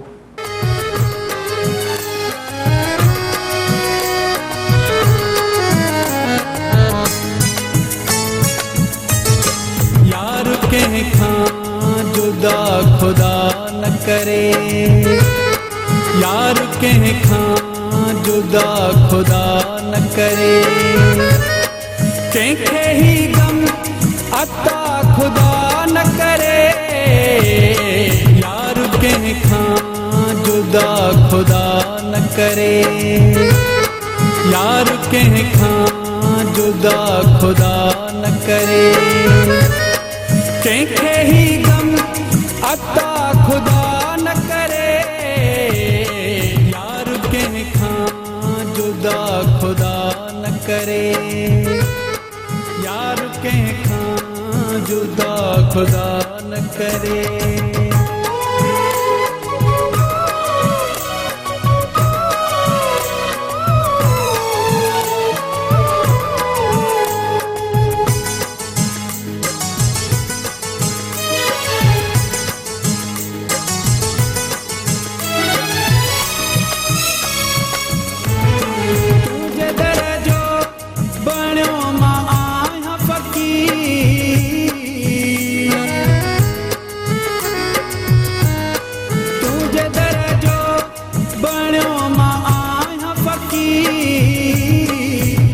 दर जो गदा खुदा न करे, मेरे दर जो गदा खुदा न करे, कंहिंखे ही गम अता खुदा न करे, यार कंहिंखां जुदा खुदा न करे, यार कंहिंखां जुदा खुदा न करे।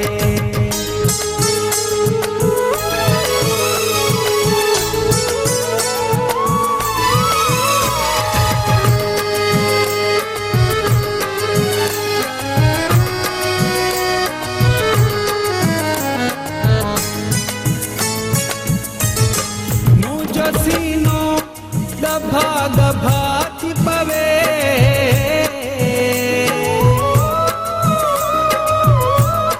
मुझो सीनो दभा दभा थी पवे, तीर तुझो खता खुदा न करे, तीर तुझो खता खुदा न करे, कंहिंखे ही गम अता खुदा न करे, यार कंहिंखां जुदा खुदा न करे, यार कंहिंखां जुदा खुदा न करे।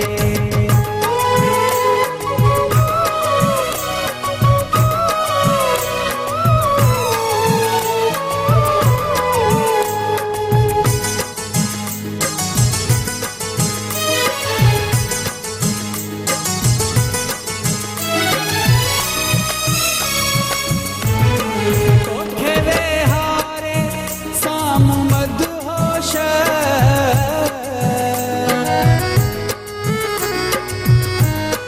तोखे वे हारे साम्हूं मदहोश, छा करे दे खुदा खुदा न करे, छा करे दे खुदा खुदा न करे, कंहिंखे ही गम अता खुदा न करे, यार कंहिंखां जुदा खुदा न करे, यार कंहिंखां जुदा खुदा न करे, कंहिंखे ही गम अता खुदा न करे, यार कंहिंखां जुदा खुदा न करे, यार कंहिंखां जुदा खुदा न करे। वाह यार कंहिंजो जुदा ख़ुदा न करे, बिल्कुल कैफ़ियत माना सफ़ा ईअं दर्दीली थी वई आहे। नंढड़ी साई था वठूं, मूड मोटायूं था, मोटी था अचूं, तव्हां काॾे बि वञिजो, ॾिसंदा रहिजो पंहिंजो प्रोग्राम सलाम सिंध। खुशहाली है अमन झूठे पैगाम, मुझे सिंध के सलाम सलाम सिंध। खुशहाली है अमन झूठे पैगाम, मुझे सिंध के सलाम सलाम सिंध। जी सलाम सिंध में हिकु भेरो वरी तव्हांखे भलीकार चऊं था, ख़ुशि आमदी, तव्हांजी वॾी महिरबानी आहे, तव्हां असां सां जुड़ियल आहियो, ॻंढियल आहियो, प्रोग्राम ईअं ॾिसंदा रहिजो। इंजीनियर इम्तियाज़ लगारी साहिब ऐं सरदार ज़ुल्फ़कार साहिब असां सां गॾु, इफ्तिखार सुमरू साहिब असां सां गॾु ॾाढा सुठा कलाम ॿुधासीं। वैसे म्यूजिक सुनते हैं सरदार जी आप, या शौक नहीं है या टाइम ही नहीं मिलता? टाइम ही नहीं मिलता है, समय शौक तो है, ये बात नहीं है, शौक तो होता है। कभी से गाड़ी वगैरह में निकलते होंगे तो चला लेते होंगे कभी कभार? चूंकि वो अब गाड़ी में जाते हुए जो सुनते हैं, लेकिन बहुत इतना है सच कोई ज्यादा है, लेकिन गाड़ी में फोन वगैरह इतने आ जाते हाँ हैं, फोन भी आ जाते हैं, दूसरा बाइक्स वाले इतने बाइक्स हैं कि मैं समझता हूँ कि थोड़ा सा भी आपका फोकस हो गया ना, ज़ाहिर है म्यूजिक हार्ट टच होता है, तो कहीं ना कहीं बंदा वो गया तो पता चला जी 2 मोटरसाइकिल वाले आपके टकरा गए, वो 100 पीछे से वो बाइक्स वाले आ गए। तो मैं समझता हूँ कि वो इन रोडों पे तो म्यूजिक का मैं समझता अवॉइड ही करना चाहिए जो हमारे यहाँ। पर कॾहिं ईअं बि थींदो आहे लॻाईंदा त मां वियुसि पे कल्ह टियों हैदराबाद, त छो ईअं पए त दिलि चयो पए त हिकिड़ो सुठो कलाम ॿुधिजे, कलाम प्ले बि कयोसीं, ब्लूटूथ कनेक्ट बि कयोसीं, हमरा जी फोन अची वई, फोन ते लॻी वियो, अब हाणे फोन रखी थी, हाणे भला आवाज़ ॾे, वरी आवाज़ नहीं, वरी फोन अची वई, हैदराबाद बची वई Exactly. वही हाल है। कभी कभी लोगों की गुफ्तगू इतनी हो जाती है, इतनी लंबी बातें होती है कि घर से शुरू होते हैं, जगह पे पहुंच जाते हैं, लेकिन उनका कॉल रखने का दिल नहीं करता है कि हम इनसे कॉल रखें, इनसे बातचीत खत्म करें। तो यही बात मैं करी थी कि हम जब रास्ते में होते हैं तो 2-4 लोगों की कॉल इतनी आ जाती है, तब उस तरीके से गाने को एंजॉय नहीं कर आने के पाते। जो औकात होते, औकात कार है, जो कॉल जब जिस टाइमिंग पे आती है, अक्सर बाज़ औकात मैंने देखा है कि चार्जिंग पे लगा दें आप, कॉल आ जाएगी, कॉल आ जाएगी। खाना खाएं आप, कॉल आ जाएगी। हाँ, जब बहुत गाने बिल्कुल सुनने ऐसा। का दिल करता है तब कॉल आ रही होती या है। किसी से बात करते हैं आप तो उस दौरान कॉल किसी और की बह जाएगी। अच्छा भाई, लगारी साहब ने बड़ी अच्छी बात की। मैं जो हमारी यूथ है, जो यंग लोग हैं, मैं समझता हूँ कि वो उनकी कोशिश क्या है कि वो आज तक सोशल मीडिया का बहुत इस्तेमाल कर रहे हैं। ये उनका फ्यूचर नहीं है। ये जो टाइम अपना वेस्ट करते हैं ना, आप देखें ना, मैक्सिमम आप देखेंगे इवन के बाइक्स पे जाते हुए लड़के भी सोशल मीडिया को, वो वेस्टिंग ऑफ टाइम है। आप उसको अगर कुछ लर्न कर रहे हैं तो फाइन, वरना वो एक, मैं चाइनीज से एक दो दफ़ा गेट टुगेदर हुआ तो उन्होंने कहा टीवी का कंसेप्ट, उन्होंने कहा हम लोग जो अलर्ट्स आती है वो गवर्नमेंट की तरफ से आ जाती है, तो हम इस पर इवन आप देखें कि चाइना वाले यहाँ पे जब पाकिस्तान में आजकल चूँकि ज़्यादा ही आ रहे हैं, वो कह रहे हैं कि हम रूम्स के जो कर्टन्स हैं वो नहीं लगाते हैं कि कहीं मतलब सूरज निकलने से पहले हम लेट ना हो जाए उठते हुए। अच्छा, 10 बजे सर वो उनका लंच टाइम है, सही 10 से 11 बजे वो, उसके बाद अब शाम को पूरा एक जिंदगी का शेड्यूल सब बना हुआ शेड्यूल है। है जो मजहबी तौर पे आपका मेरा बन ऑर्गेनाइज है। सही सही सही। तो वो डिलीवर करते हैं। यहाँ वो आके उन्होंने जब वो बैंकिंग सर्किट देखा है, खासतौर पे वो रमजान का महीना था, तो वो 1:30 बजे बंद, 10 बजे उठे, तो उन्होंने कहा अल्लाह ही चला रहा है, वाकया में अल्लाह चला रहा है, लेकिन वैसे कब मतलब तक एक अल्लाह टाइम चलाएगा? मुकर्रर होना चाहिए सोशल मीडिया का भी कि भाई शाम यंग को लोगों को देखिए। मैं time लगारी to साहब से proper- कह रहा हूँ कि यंग लोगों को तरबियत करें कि ये टाइम वेस्ट मत करें। ये आपके लम्हे जो है आपके वापस, हर दिन कल की डेट हमारी कल डिफरेंट थी, आज हम एक दिन हमारी एज बढ़ मतलब गई। जिंदगी बहुत फास्ट हो गई है। और अच्छा, दूसरा सर ये जो जल्दी दिन गुजर गवर्नमेंट रहा से है। मेरी दरख्वास्त है हमारी गवर्नमेंट की कि चूंकि ज़्यादातर जो प्रेशर्स आ रहे हैं शहरों पे, क्योंकि गाँव देहातों में एक तो एजुकेशन नहीं है, हेल्थ नहीं है, हालांकि रोजगार वहाँ है। अगर मैं आपसे कहूँ कि रोजगार गाँव देहातों में है, आप चले जाएं मतलब ऑर्गेनिक्स पे चले जाएं, सब्जी फ्रूट्स, वहाँ पे अगर आप मेहनत करें, हमारे अबू अजदाद वहीं से खाते थे, बिल्कुल, शहरों को बिल्कुल बेचते है। थे। सही बात है। अब हम एजुकेशन और हेल्थ की वजह से हमने शहरों पे आ गए, शहरों पे एक्स्ट्रा प्रेशर पड़ गया। यहाँ एक बिल्डिंग थी, सिंगल फैमिली थी, वहाँ 10 फ्लोर बन गए सही। और पानी बिल्कुल की सही। पाइपलाइंस हुई हैं। तो मैं समझता हूँ कि गवर्नमेंट को खासतौर पे फोकस करना चाहिए। पहले तो कि ये भी होता था कि साथ रहते थे तो जी। एक बरकत भी थी, जी। मोहब्बत भी कायम हाँ, थी। तो अब जितने भाई हैं उतने घर हैं, वो इतने घर हैं। जितने बेटे हैं उतने घर तो हैं। ये तरबियत का एक बड़ा फुकदान है। अगर आप एक जॉइंट फैमिली में जाएंगे तो उसमें ज़्यादा मतलब एक बेहतर तरबियत होती है। कहीं आपका बच्चा कहीं है तो वो दादा से डराएंगे, चाचा से डराओगे तो एक एक चलेगा। अंडी पकती थी। फिर मोहल्ले में लोग डरते थे, मोहल्लेदारों से कोई बिल्कुल, बड़े बुजुर्ग बिल्कुल। होते थे, डरते थे ऐसा हम ही यार होता वो जा रहा है। तो मैं समझता हूँ कि रिव्यू करना पड़ेगा हमारी हुकूमत को, हमारे जो पेरेंट्स हैं इनको वापस। अब मेरी ज़मीन है, वहाँ मैं जब छोटे थे हम तो आलू मतलब बहुत सारी चीज़ें, मैं समझता हूँ बाजार से शायद चीनी आती थी और ऑयल वगैरह, घी आता था, ऑयल का कंसेप्ट नहीं, तो घी भी बाकी सब ऑलमोस्ट गाँव में ही था, वो देसी होता था। हाँ, अब सर वहाँ भी नस्ले का मिल्क पैक जाते हैं गाँव में, तो वही नस्ले आ रहा है, वही वो पानी आ रहा है, वही आ रहा है। तो इससे आप कभी अपने अब तो पानी तो हर जगह पैसों का सब हो देखे गया ना, है। अब पहले ये तो हमें- गांव देहात जाते थे तो फ्री का पानी हाँ, और अच्छा वहाँ भी- पानी मुयस्सर होता था। अब वहाँ तो भी- वहां पर भी पानी यही आ रहा है भाई, हाँ, पैसों से बिल्कुल, पानी ले। बिल्कुल। पैसे से पानी और ले। पानी 100 से ज्यादा मतलब उसकी कीमत हो गई एक बहुत छोटी सी बहुत बोतल ज्यादा। की। हाँ। मैं समझती हूँ छोटी बोतल में 20-25 रुपए की खरीदी थी, अब मैंने मालूम करी है 60 रुपीज, 60 40 रुपीज, 50 रुपीज। Exactly. मतलब अच्छा ये भी नहीं कि सिर्फ एक ही प्राइस है, प्राइस भी अलग अलग जगहों के अलग बिल्कुल अलग है। मिलेंगे आपको। सही। अब वो जो ब्रांड है वो जो बंदा अच्छे- खाए या पिए, पिए। छोटी ये बोतल सवाल में है। होता ही कितना, एक गिलास पानी होता है, एक गिलास के बाद फिर प्यास लगती है। प्यास लगती है। तो मैं समझता हूँ कि सर मैं हाथ जोड़ के आपके तवज्जो से, आपके चैनल का हमेशा आपने इन्होंने हमेशा मोटिवेट किया लोगों को, सिंध चैनल का एक हमेशा ही खूबी रही। मैं समझता हूँ कि लोगों को हम एक वीक में एक प्रोग्राम रखें जो लोगों को अवेयरनेस दें। लगारी साहब जैसे पढ़े लिखे लोग आए, आके वो लोगों को तरबियत देंगे, बेसिक हम रिव्यू करें। शायद मैं अपने बच्चे से कहूँगा कि यार वो पुराना बोले यार अब्बा जी वो आप तो एक होता है ना, बिल्कुल सही जब कह रहे हैं आप। ये कहेंगे लगारी साहब तो वो सुनेगा सही। भाई, वो सुन रहे ना, क्योंकि तो मैं समझता हूँ कि वीक में एक प्रोग्राम, ताकि हम अपने गाँव देहातों को दोबारा रुनके बाल करें। लेकिन आजकल के हमारे बच्चे ऐसे होते हैं कि आप लोग तो अपनी उम्र खा के बैठ के, वो पुराना दौर था। हमारे नए फैशन के ठीक है। लोग हैं, हमसे ये चीजें नहीं होती हैं, हम इंटरनेट के लोग हैं, यूं है फलाना है, बच्चों के अल्फाज सुनने को मिलते हैं। एग्जैक्टली यही है। और छोटी माँ जो होती है, बच्चा रो रहा है तो उसको मोबाइल कार्टून लगा के देख के वो अपने सोशल मीडिया बेलते ही नहीं, आजकल के बच्चे भी डिजिटल है ना, जब तक वो कार्टून दिखा के चलिए नहीं जी, खिलाओ, ये तो भी डिजिटल नहीं बात होते। पे आज का प्रोग्राम खत्म हुआ। बहुत शुक्रिया सरदार जी, आप हमारे प्रोग्राम में कोई तशरीफ अच्छा लाए। सा खूबसूरत सा मैसेज है लोगों की, नहीं तो आप बता दें। मैं समझता हूँ कि आप बदलोगे तो बदलेगा पाकिस्तान। ये कोशिश करें कि मैं बदलूं, आप पे डिपेंड ना करें, खुद बदलो। मेरी क्या पार्टिसिपेशन है इस नेशन के लिए, मैं क्या कर सकता हूँ वो करो। आप दूसरे को छोड़ोगे, वो उसने क्या किया वो उसका है। सही सही लगा साहब, तव्हां जो को मैसेज सुनो। सर मुझो नौजवाननि ते छाकाणि त आऊं कमु करियां पियो, नौजवाननि खे आऊं चवंदुसि त पंहिंजो पाण में अंदरि में पाण खे ॻोल्हियो, महिनत करियो, हथनि मथां हथु धरे न वेही रहो, ऐं महिनत सां जुस्तजू सां अल्लाह पाक कंहिं चोर जी बि महिनत ज़ाया न कंदो आहे। इन करे पंहिंजो पाण ते कमु करियो, पंहिंजो पाण सां सिलसिलो। अल्लाह पाक कंहिं चोर जी महिनत ज़ाया न कंदो आहे, पर महिरबानी करे चोरी न कजो। ईअं न थिए त वरी चोरी करणु शुरू थी, तो महिनत था कयूं यार। महिनत ज़ाया कोन थींदी। सो वॾी महिरबानी इफ़्तिख़ार साईं तव्हांजी बि, मुरम साईं तव्हांजी वॾी महिरबानी, लख थोरा वेंदे वेंदे तव्हां खां हिकिड़ो सुठो कलाम ॿुधंदासीं असां, ऐं तव्हांजे लाइ जेके असांखे ॾिसो पिया उन्हनि जे लाइ सुठो कलाम छॾियूं वेंदासीं, अमांजी दिलि में पंहिंजी जाइ अॾियूं वेंदासीं। बिल्कुलु, हाणे असांजे प्रोग्राम जो वक़्तु पंहिंजे पुॼाइण ते पहुची वियो। इंशाल्लाह सुभाणे तव्हांजी ख़िदमत में वरी हाज़िर हूंदासीं। तेसिताईं पंहिंजो, पंहिंजे घर वारनि जो, जेके तव्हां सां मोहबत कंदा आहिनि, जिन सां तव्हां प्यार कंदा आहियो, उन सभिनि जो खोड़ सारो ख्यालु रखंदा। इन सां गॾोगॾु पंहिंजी होस्ट सदफ भुट्टो ऐं इरशाद जागीरानी खे इजाज़त ॾींदा, ऐं हा उन्हनि जो बि ख़्यालु रखिजो जिन जो ख़्यालु रखण वारो केर बि कोन्हे। जिए लतीफ़, जिए मिठी ॿोली, अल्लाह भाई।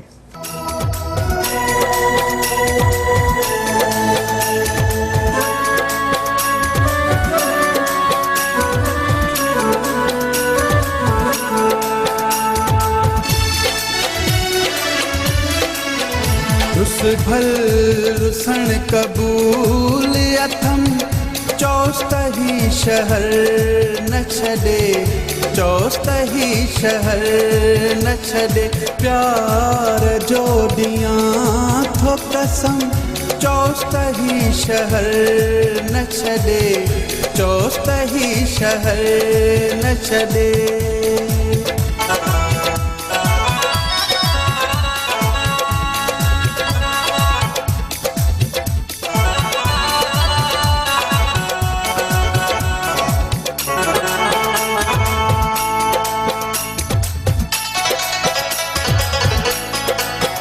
उन कान हर माण्हू खे वञी ॿाहूं थे बधम,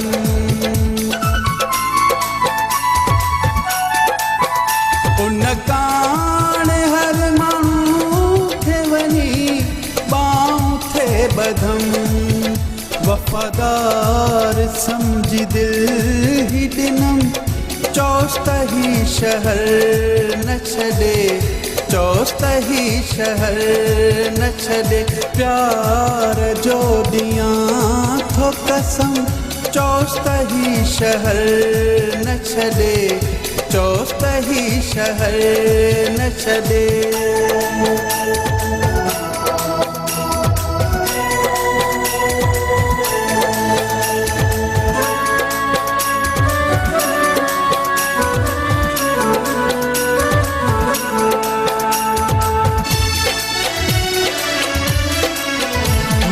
पारा सजण खे कोहली मिंथ जे करे,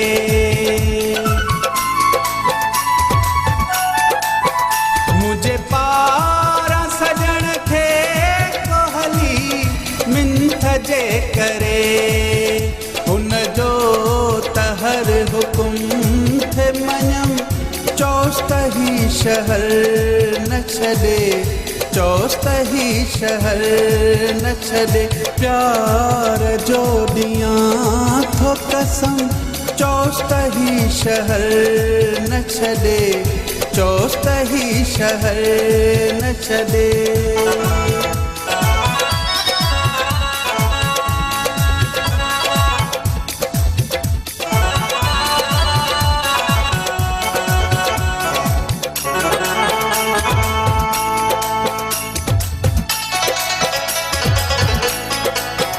उन लाइ अली मोहम्मद जे दिल अथम चरी,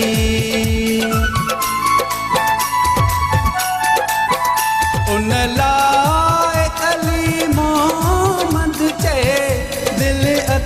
चरी उडराई मूसा एडो जुल्म चौस्तही शहर न छॾे चौस्तही शहर न छॾे प्यार जो ॾियां थो कसम चौस्तही शहर न छॾे चौस्तही शहर न छॾे